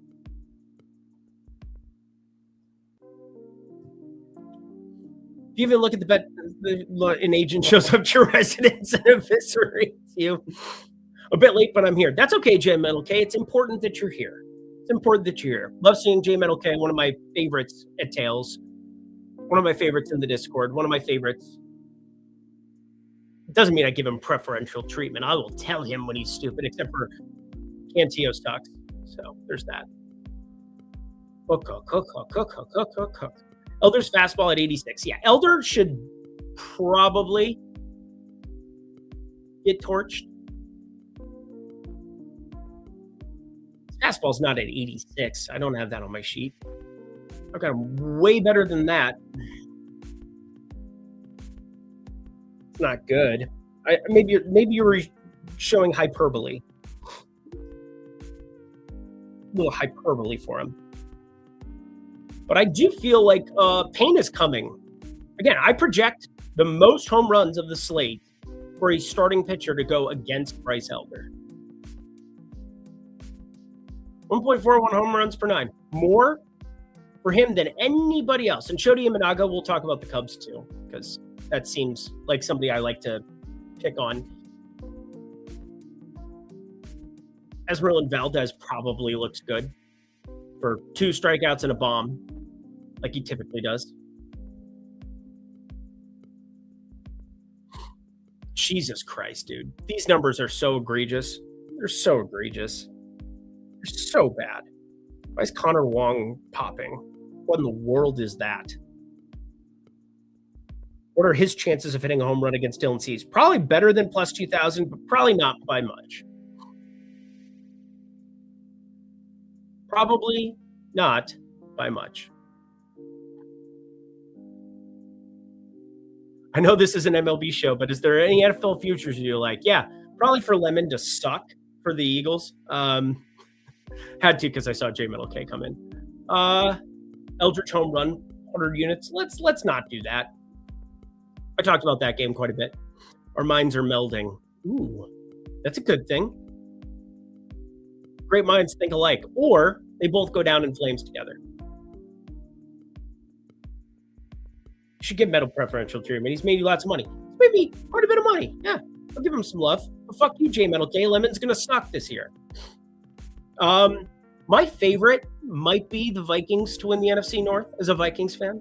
No, and I say that a little bit in jest. I think it was like 550 or something, 500 to win the NFC North. NFC North is a gauntlet this year.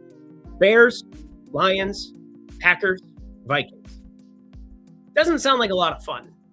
I think my favorite bet right now, just working through it, I think the Saints are just going to get better. Kellen Moore is a good coach. Look at what Kellen Moore did to the offense in Philly and what happened after he left. Look at what the Saints did in the second half of the season when they go get Vele, when they were obviously resting specific pieces. I mean, I think the Saints are going to surprise some people this year. They've got a decent enough defense. They have good enough skill position pieces on offense. Pretty excited. I think the Saints are really sneaky. It's also the NFC South, which is wide open every single year. So Saints to win the NFC South. Saints, I mean, I'm just in best ball. I feel like I've just cornered the market. I'm way higher on Olave, way higher on that rookie. I can't even think of his name off the top of my head right now, the Ohio State kid. I feel like I'm just drafting those guys routinely. And I've been doing a lot more best ball the last few weeks. But I am a huge fan of the Saints with Kellen Moore at the helm. Kellen Moore leaving Philly just regressed Philly in such a way that A.J. Brown doesn't play football there anymore. Like, Saquon Barkley did not look the same. I think Devonta Smith is good anywhere. Devonta Smith is just a footballer. For a guy whose legs look like they could snap at any given moment on a professional football field, it is incredible what Devonta Smith does when you put on, and I'm not a big tape guy. I'm going to just say, I like Devonta Smith separation. I like Devonta Smith route running. I like Devonta Smith in every category. I don't care where you put Devonta Smith. He can play football there. I am a Kellen Moore fan. So Tyler Shuck, yeah, he's going to put himself on the map. Tyler Shuck looked sneaky good last year. I had Tyler Shuck to win $250K. Oh my God. Yeah, the McMillan thing, especially with the second half of McMillan's season in Tampa Bay, I think they're the most interesting best ball wide receiving core because that could go so many directions without Mike Evans there this year. There are so many directions that offense could funnel passes. Like, I think Kate Otten might be one of the best late best ball picks at tight end. Again, it's so diluted. There are 5 guys in Tampa that could be a dude. Godwin did not look correct last year. Maybe another year helps him out. Comes back from a leg break. Not ideal, or shit is bad, or shit was bad for Chris Godwin once he got back. Did not look right. I don't know what Tampa Bay, what their wide receiver chart is, but I think it's extremely volatile. So I'm taking a lot of late shots on those guys. But for NFL futures, it's really hard to talk me off of the Saints being sneaky just because of Kellen Moore. There's certain coaches that just get it. There's certain coaches that just understand that playing offense in the NFL is about deception. It's about, like, yeah, if you can run it up the middle, teams are doing this more too, so it is what it is. Like, we saw running backs ascend last year relative to wide receivers in a way that nobody really saw coming. But I'm pretty sure that the Saints have enough in a very weak division. When you get to play that division, like 6 of your games of your 17, there's a lot of variance that can work out in your direction. And I can't imagine that the Saints are going to take a step back because there's nowhere to go but up. Like more towards that week 15, 16, 17, 18 that we saw from the Saints, where Tyler Shuck is a real viable quarterback. I'm not going to call him elite, but he's got legs and does enough in Kellen Moore's offense. He's not Jalen Hurts. Although, once again, Jalen Hurts without Kellen Moore did not have a lot of fun last year. Neither did Saquon Barkley. Neither did A.J. Brown. So Cam Ward is going to be sneaky good, I feel. I think Tony Pollard's all right, like going 70-ish, 80-ish ADP. I think just from a workload perspective, we see Tony Pollard year in, year out now. Not somebody who ever you thought would be a massive workload back, but kind of interested in that. Imanaga, 0.5 first runs allowed. When you ask that question, Michael Harris, and I'm not meaning this just give me the price. If you give me the price, I can tell you. Plus 150, minus 150, what is the price on it? And I can give you a better idea. I can't give you a perfect idea because I don't do inning by inning simulations.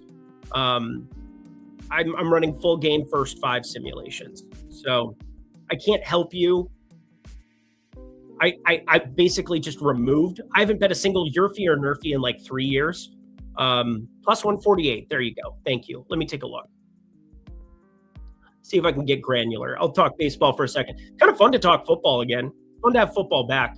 And I think I'm going to have a pretty robust futures portfolio for NFL, just because there's more ways to get money down now and to be able to also not hedge out of a position, but potentially remove from a position based on new information. You can do that more now than you ever could before. You can go into Kalshi, you can go into ProfitX, and you can actually find ways of, oh, shit, Patrick Mahomes broke his leg again. You can do something about it. Or his ACL again. Oh, sweet. Great. You can do something about it. Before, you were at the mercy of markets opening up again. This is going to be the big thing. Sundays of an NFL this year are going to be electric because when new information pops up, sportsbooks take it off the board.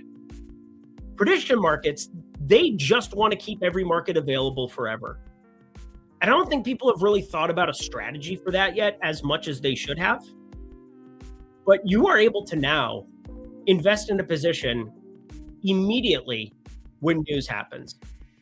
Add to, remove from a certain position. Tyler Shuck throws 450 yards in week 1. Well, you can do something about that. You have an easy beginning of the schedule, difficult ending of the schedule. And off the top of my head, I think of NFL week 17 a lot just because of best ball. I think of week 16 a lot too. I think that combining the two, even if you weight them a little bit differently in your own stuff, I think it's a very sneaky advantage where you can target. It's hard to know exactly which defenses are going to be complete sieves, but I like to look at 15, 16, 17 for the best ball progression. And last year I lost a couple grand in best ball, so it's whatever. But I didn't do any content for best ball. I did a little bit of content this year just because I think it's fun to do, but I'm never going to be like a best ball bro putting in 10 grand on best ball, leading into the year. But I will for sure be adding to or detracting from futures positions more than ever before because they'll be available while games are going on Sundays. I'm very excited for that. Oh, we got to lock into home runs. I'll get some home runs in too. I didn't love anything. Obviously, I'm on the under first 3.5 for Toronto-Boston. I really do want to play Zach Neto against Robbie Ray. I really, really do. I'm going to, caution is the better form of valor. That's what Shakespeare, some fucking idiot back in the day, taught me. Arizona, Washington, I could look at Curtis Mead again, but I didn't like the number. And I'm waiting for something to run in the background for Imanaga. I think I have to actually give it something different here. First 5. Now, trim that down to the first inning with this projected batting order.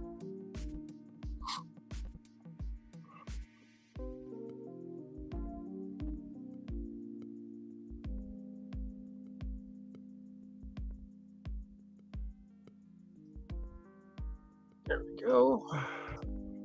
Oh, I didn't grab the one. Need the one.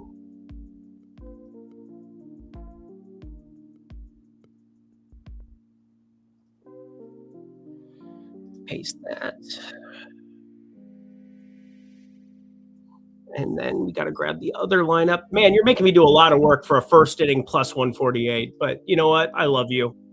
And it's the interesting stuff to me. It's the data. It's being more granular. And again, I'm not saying you can't find an edge in first inning markets. It's just they typically carry more hold than they're worth. They are typically very, very efficient. I've not found a lot of success in my life betting first inning markets. I'm definitely down money in my lifetime betting first inning markets where I'm like, oh, I wonder if it's accounting for this. Guess what? It's probably accounting for it. I need this lineup. Where is it? I don't know why this went away. So rather than just having one projected lineup, just in case there are any disparities, I don't think there were when I looked at it earlier. But where is it? Where is it? Where is it? There we go.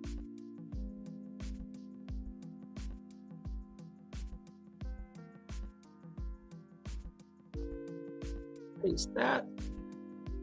Cool. Doing stuff in the background.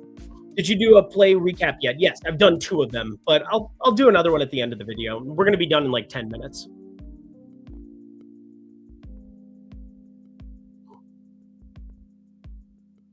Nerfy has been fruitful in the KBO. Awesome. I mean, again, there's going to be some markets you can run into where you could potentially get low hold, and that is definitely one of them in the KBO where I see minus 125, minus 115, and having a 10-cent gap between something like that, that can be very useful. Very, very, very, very useful. All right. Let's do 1,000. It'll go faster. 1,000 sims. Let me actually pull this market up while it's doing its thing.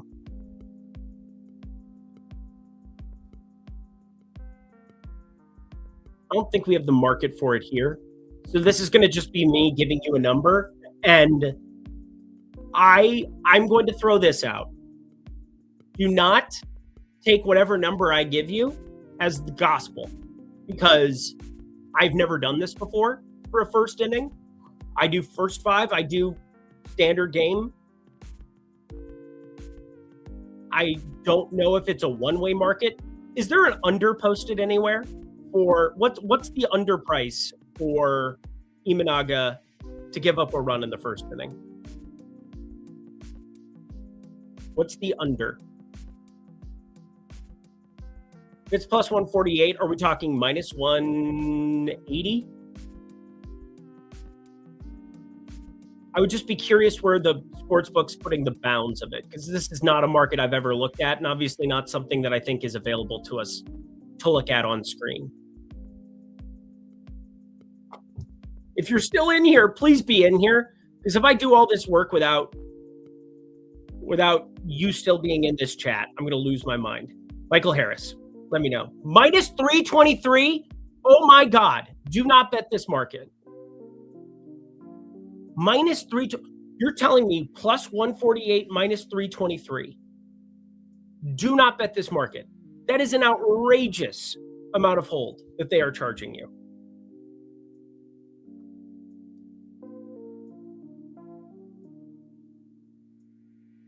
I'm just gonna tell you the result of what shows up on my screen.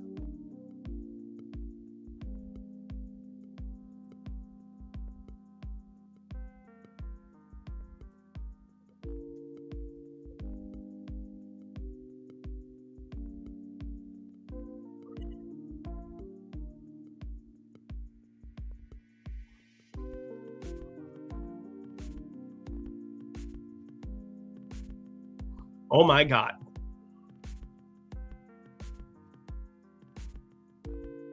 This was a lot.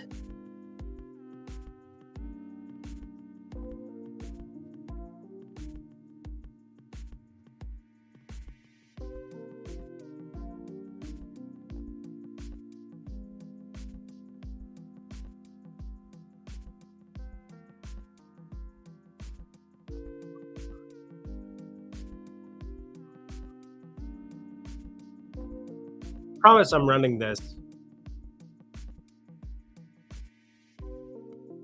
All right. I mean, I just did a lot of shit in the background.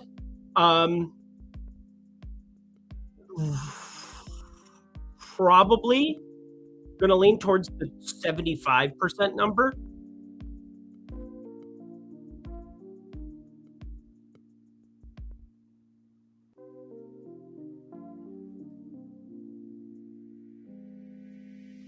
I mean, I've got him like plus 300 to give up a run in the first. That can't be right. That is definitely not right. I think it's more in the, I think we're probably looking at this like a 33%. So minus 200 plus 200 kind of being more of your fair odds. That is definitely going to be. I did bring up Poisson multiple times this week because I was just in a fucking Poisson. Yeah, highway robbery, bro. You do not want to play that market, Michael Harris. Please, please, please do not play that market. A specific starting pitcher for a Yerfy or Nerfy I don't like to attack. Think it's worse to get in trouble. Yeah, because they're charging you insane hold. You can't beat that. Who do you like, Devers or Eldridge at first base? I got this question right yesterday. It was Devers yesterday. It's Devers again today. It is definitely Devers for me. Nick Lofton just hit a home run. What simulation are we in today? What is this AIDS occurring?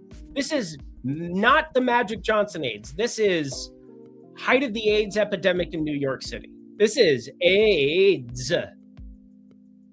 A mega AIDS. Oh, my Lord. Carpenter out there singling, living his life because he got to know. Oh, wait. That was earlier. Oh, cool. You got Dingler in the game now. Way to go, guys. Way to go. Plus 128 for Yuri Perez. Can you talk me off of it? Plus 128 for what market? What the game line's not that. Game line isn't that. What market?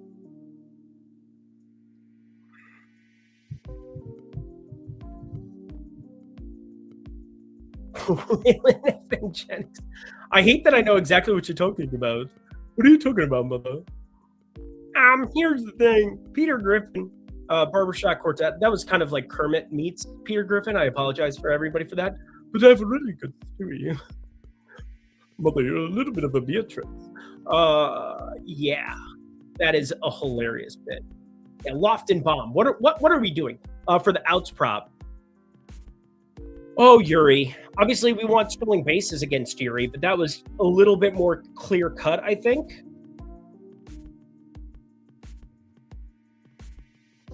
I think it's okay. You're looking at 17 and a half, I'm assuming.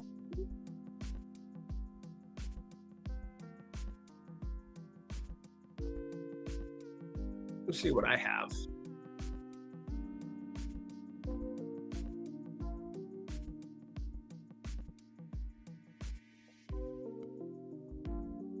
I think it's fine. I think that's fine. It's got a tiny bit of edge for me. I've got it closer to plus 115. So I'm okay with that. I probably won't deal with it with the Padres as kind of the priority with a little bit more edge, I think. But I mean, plus 115, I technically should be betting that, but maybe I could add that as a quarter. Maybe I could. I think that's a good shout out, J-Main. I think that's a pretty good shout out. I don't hate Yuri Perez in the outs department. The Padres suck. I bet stolen bases because there's a lot of edge there. Best K props, Hunter Green. Hunter Green is my favorite. And no, Sean Burke is my favorite. But Hunter Green is electric. I played him just for a straight up half unit. I'll do a quick play rundown. And I got 2 home runs we're going to bet on the way out. 2 home runs. I have 2 home runs for you for the evening window. Don't like any coming up later there. Padres starting pitcher, yeah, it'll be JP Steers starting, but they're going to do a lot of the same things they did yesterday, which is just full-on bullpen. Padres are in shambles, man. Toronto Blue Jays, under 3.5, first 5, -104. I'm not going to talk about 2 cents CLV, but again, we bet into a low hold situation. Pretty good. Jake Cronenworth, 0.1 unit stolen base. +800s if you're at Bet Rivers and Bally living on the moon. J Metal K, +800 Bally bet. Yeah. Daddy needs a new bicycle. Jackson Merrill, still just sitting there, staring us in the face. Feel good about that one. Washington Nationals, first 5. Standard -115 everywhere. Happy to be having the low hold today. Very, very much the emphasis. We already cashed Casey Mize, so shout out me. Hunter Green, shout out me. I'm actually not going to take a lot of credit because life has been terrible. We got +105. +110 at Profit X. I like just playing a standard number. I typically do in the strikeout streets, except for made a little exception here with Sean Burke today. When 0.4 units here, getting CLV, Polymarket can't even beat that out, and you get fees. That's a problem. Sean Burke, 20 cents there on the 6.5, so took a tiny mini ladder approach, 0.4 units, 0.2 units, and rounding it out, Sean Burke, 0.1 units. So with that said, let's get 2 home runs in, and then I will bid you all adieu and get to my pick'em work. I got pick'em work to do. Got pick'em. There's some good things for pick'em, including that Liam Hicks under 1.5 HRR. I'm probably going to play that. I get it, guys. Yesterday sucked for this game. Fortunately, didn't have any home runs played from it. I just couldn't identify who at what price. But Brady Basso. All right. Sure. Now they're soft tossing. I mean, there are a lot of soft tossing lefties on today's slate. High arm angle. And the main thing to point out here, a majority of what he throws is fastball adjacent, either fastball or cutter, which is kind of its own little thing. Gets a little bit more launch on it. This guy has not given up a home run to his main ensemble of pitches, has one given up to a changeup, which he doesn't even throw. Kind of wild. But it's no sample size yet on Brady. And when you have small sample sizes, one thing you have to do is keep into account, it's not going to be long for this game. These are all relief appearances, okay? So, working through it for today, going back to Minnesota, Connor Prelip should be our starter today, but Mason Barnett is going to be, I mean, it's like a full bullpen situation, and that's where the Athletics, I think, add a little bit of value to us. I mean, they have obviously not been a very good bullpen. Same thing with my Twins, just 2 abhorrent, terrible, no good, very bad bullpens. But Basso getting the start, nobody on their main 4 will get Jeffrey Springs tomorrow. Hopefully that experience goes better than the Jacob Lopez experience. But we are getting 1 lefty, and then you wouldn't see another lefty. Jose Suarez did pitch yesterday, till you got to Hogan Harris as a closer. Would have to be up in the game. That is a lot of right-handed hitting right-handed pitching equity to see for my Twins today. The other interesting thing, Funky Cole Medina and Alvarado generally show up in games that they are leading in, and nobody generates swing and miss. Nobody out of that pen generates swing and miss. We have weather in Minnesota today. And Target Field, pretty neutral there. It is warm, though. It is fucking hot. Different wind direction than on Ballpark Pals. So again, that's where it can get a little bit dicey. But this is not dicey. My family is at the lake in Minnesota. It is infinity degrees. They are having a phenomenal lake day. I'm not there. I'm obviously with you, talking to my friends online. Do we like Foster Griffin today? Yes, we do. Washington, though, Washington first five is how we backed him. I don't like his strikeouts. I don't like his outs prop. I like Target Field today. I like a pretty predictable situation for some of these righties. And we've got righties on Minnesota in Jeffers and in Buxton that do an outrageous job against both-handedness, but specifically against righties. Larnach doesn't probably show up in this lineup, considering it's a lefty starting. He'd be a pinch hitter. Curious to see what we end up rolling out. If we go Larnach with not Mason Barnett starting, with this lefty starting. But I think there's one batter that could potentially see the biggest benefit of this being a lefty to a righty. And he is none other than Brooks Lee. Brooks Lee right now is in every projected lineup batting seventh. I think Brooks Lee legitimately could lead off for the Twins today. In fact, I will actually plant my flag on this. Brooks Lee is the most likely batter to start for the Twins today. Not Larnach, not Martin. If we have a righty in Barnett who ends up getting the start when that official lineup comes out, it will be Larnach. But if we expect Brady Basso to get the start, and we won't know until the lineup card comes out which bullpen arm they start with, we're torching a lefty right off the bat, and then it flips over to majorly right-handed the rest of the way. And that's where Brooks Lee, I think, has the utility as a switch hitter, somebody who has batted up higher in the order a lot. And I don't think they want Austin Martin getting one at bat against a lefty and then being the leadoff guy. Not that Brooks Lee has been good against lefties.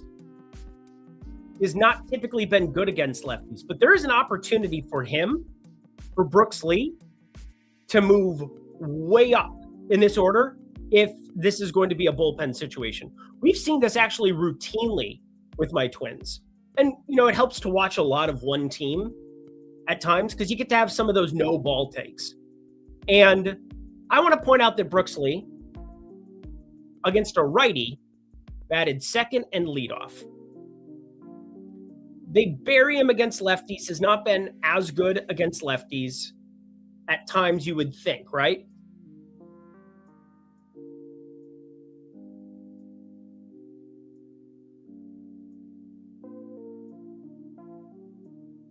But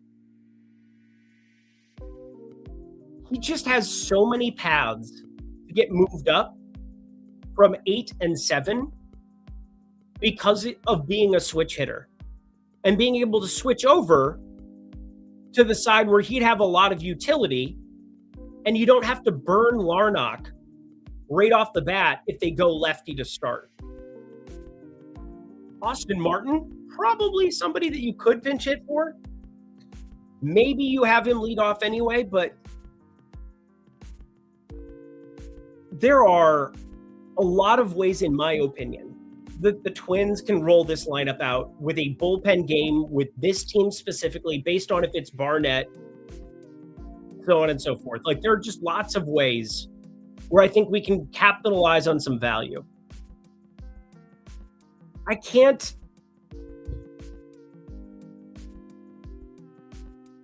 I can't tell you how good this is. 7 hundo. 690 at DK.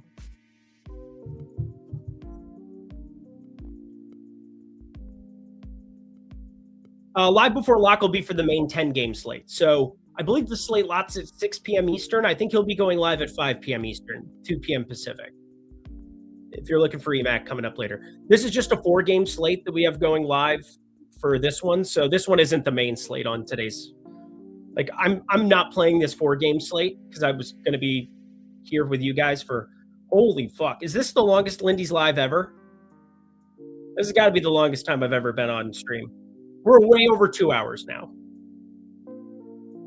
But Brooks Lee was always going to be on the card.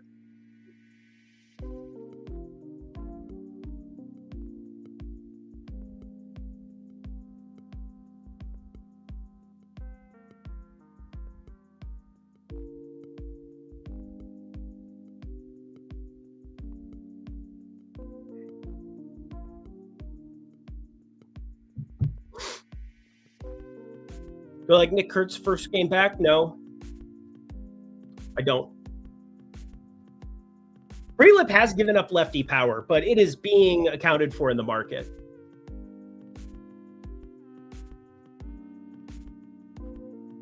That is a big expected ISO, and basically all of it in the air. I would recommend throwing sinkers to Nick Kurtz if I am Connor Prelip. Let's not try to get cute with a slider, because that will probably get completely brutalized. But yeah, Nick Kurtz at plus 260 is gonna be a no for me, dog. It's a really good hitting environment. It's not that good of a hitting environment, and it's typically a tough ballpark for lefties.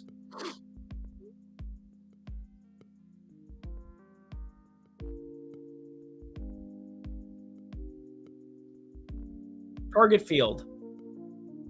Potentially the worst. Yeah, it's close to the worst. Where's it at here? 74 home run park factor. No, thank you. I'm good. Watch Royce Lewis go yard. Not actual, but he probably will. Yeah, I generally bet Royce Lewis. My thing is right now the market is priced like Brooks Lee is hitting 8th. And there's upside for him to get way above that. And I think he's positive EV right now at 700. We're getting a full bullpen game where he's going to get the platoon the whole way. We obviously prefer him more as a lefty. We like him facing right-handed pitching. Versus right-handed pitching, Brooks Lee, been kind of a killer. But still 125. I mean, this is not good. We have 3 home runs to that side, 12 home runs against righties. And that's a majority of what that bullpen is. So if you do get a lefty early, the benefit is that you're guaranteeing a righty when it gets to Brooks Lee. So that would be all right if he ends up down in the 7 and 8 hole. And if he gets the lineup bump up to like 1 or 2, you're getting positive expected value because he is right now priced to be the 8-hole hitter. So lots of good ways that this works out for us with Brooks Lee.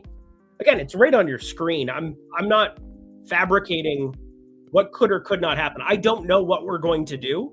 It's going to matter what the Athletics start for their bullpen. And there's a number of different options.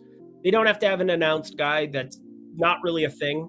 When the lineup card comes in, we'll know who's starting for the Athletics. Right now, that's why you see 3 different starters for the Padres. You see 2 different starters for that. When you put your lineup card in, we're going to know who's pitching. Generally, they announce, but, teams think it's an edge to not know or something. Guess what? You prepare for every pitcher. You prepare for every batter. Like, there aren't that many of them on an opposing team, especially as you're getting to, the second game of a series that you aren't aware of what they're going to deploy. But Brooks Lee, he could bat leadoff or second. I mean, Buxton didn't play that game, so that doesn't necessarily count. Or he could bat 8th, which is kind of where he's priced to be right now. So ways that works out for us. ways that works out. Anywho, one other home run that this might be my favorite one this might be like my entire favorite bet of the day. Is it my favorite bet of the day? Let me just look at my expected value stuff. Yeah, it's my favorite bet of the day.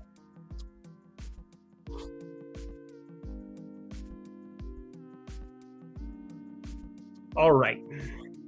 So, on your screen is Robert Gasser. Robert Gasser does some things. Robert Gasser strikes out lefties as a lefty, and he gets completely bludgeoned against righties. Completely bludgeoned. Doesn't strike them out really. There's a lot of volatility here. Now, we talked about Kyle Karros yesterday, and I have no regrets over Kyle Karros. I think he had 2 hits. It was fine. Not sure if you guys saw Kyle Karros' numbers today.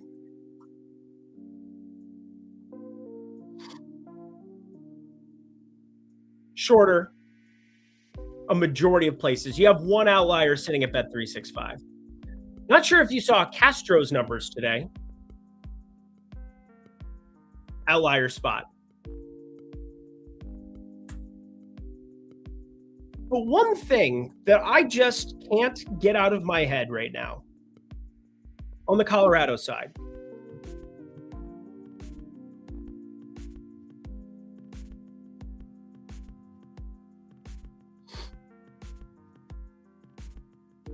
Jake McCarthy is leading off against every lefty, every righty.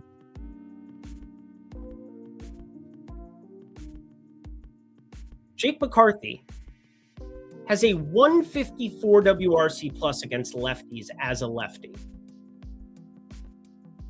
Above league average against righties too. More home runs, but Jake McCarthy is just staring us in the face. Now, this is not very good. This is very, very bad, actually. 83 at-bats. So I did some digging on Jake McCarthy a little bit this morning because I was trying to figure out what the fuck this price is. And Gasser has been pretty dominant. But there is no doubt in your life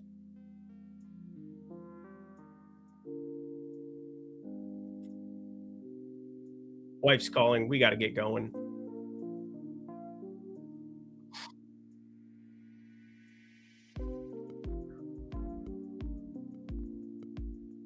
Plus 900?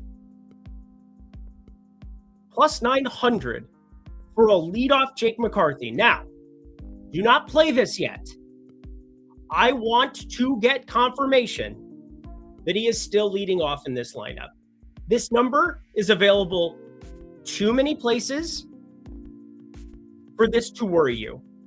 But BetMGM has more of the right idea here.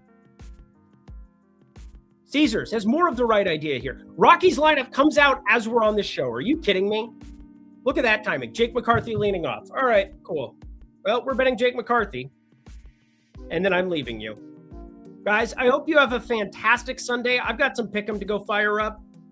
I got some baby to attend to. This is just price and probability. And this is an asinine price for Jake McCarthy. Jake McCarthy is a lot better than this price. Is he likely to hit a home run? No. He has 10 of them on the season in 330-some at-bats. But boy, do I like it. Boy, is it positive expected value. My guys, I hope you have a fantastic rest of your day. Thank you for hanging out for me with this marathon stream. Marathon stream. I'll be back tomorrow morning, breaking down more baseball, making more positive EV bets. Jake McCarthy, Brooks Lee, go yard, make me happy. Do what you're supposed to do. Life will be great. Until next time, friends, I'm Eric Lindquist. Best of luck in the MLB betting streets today on Saturday, July 25th.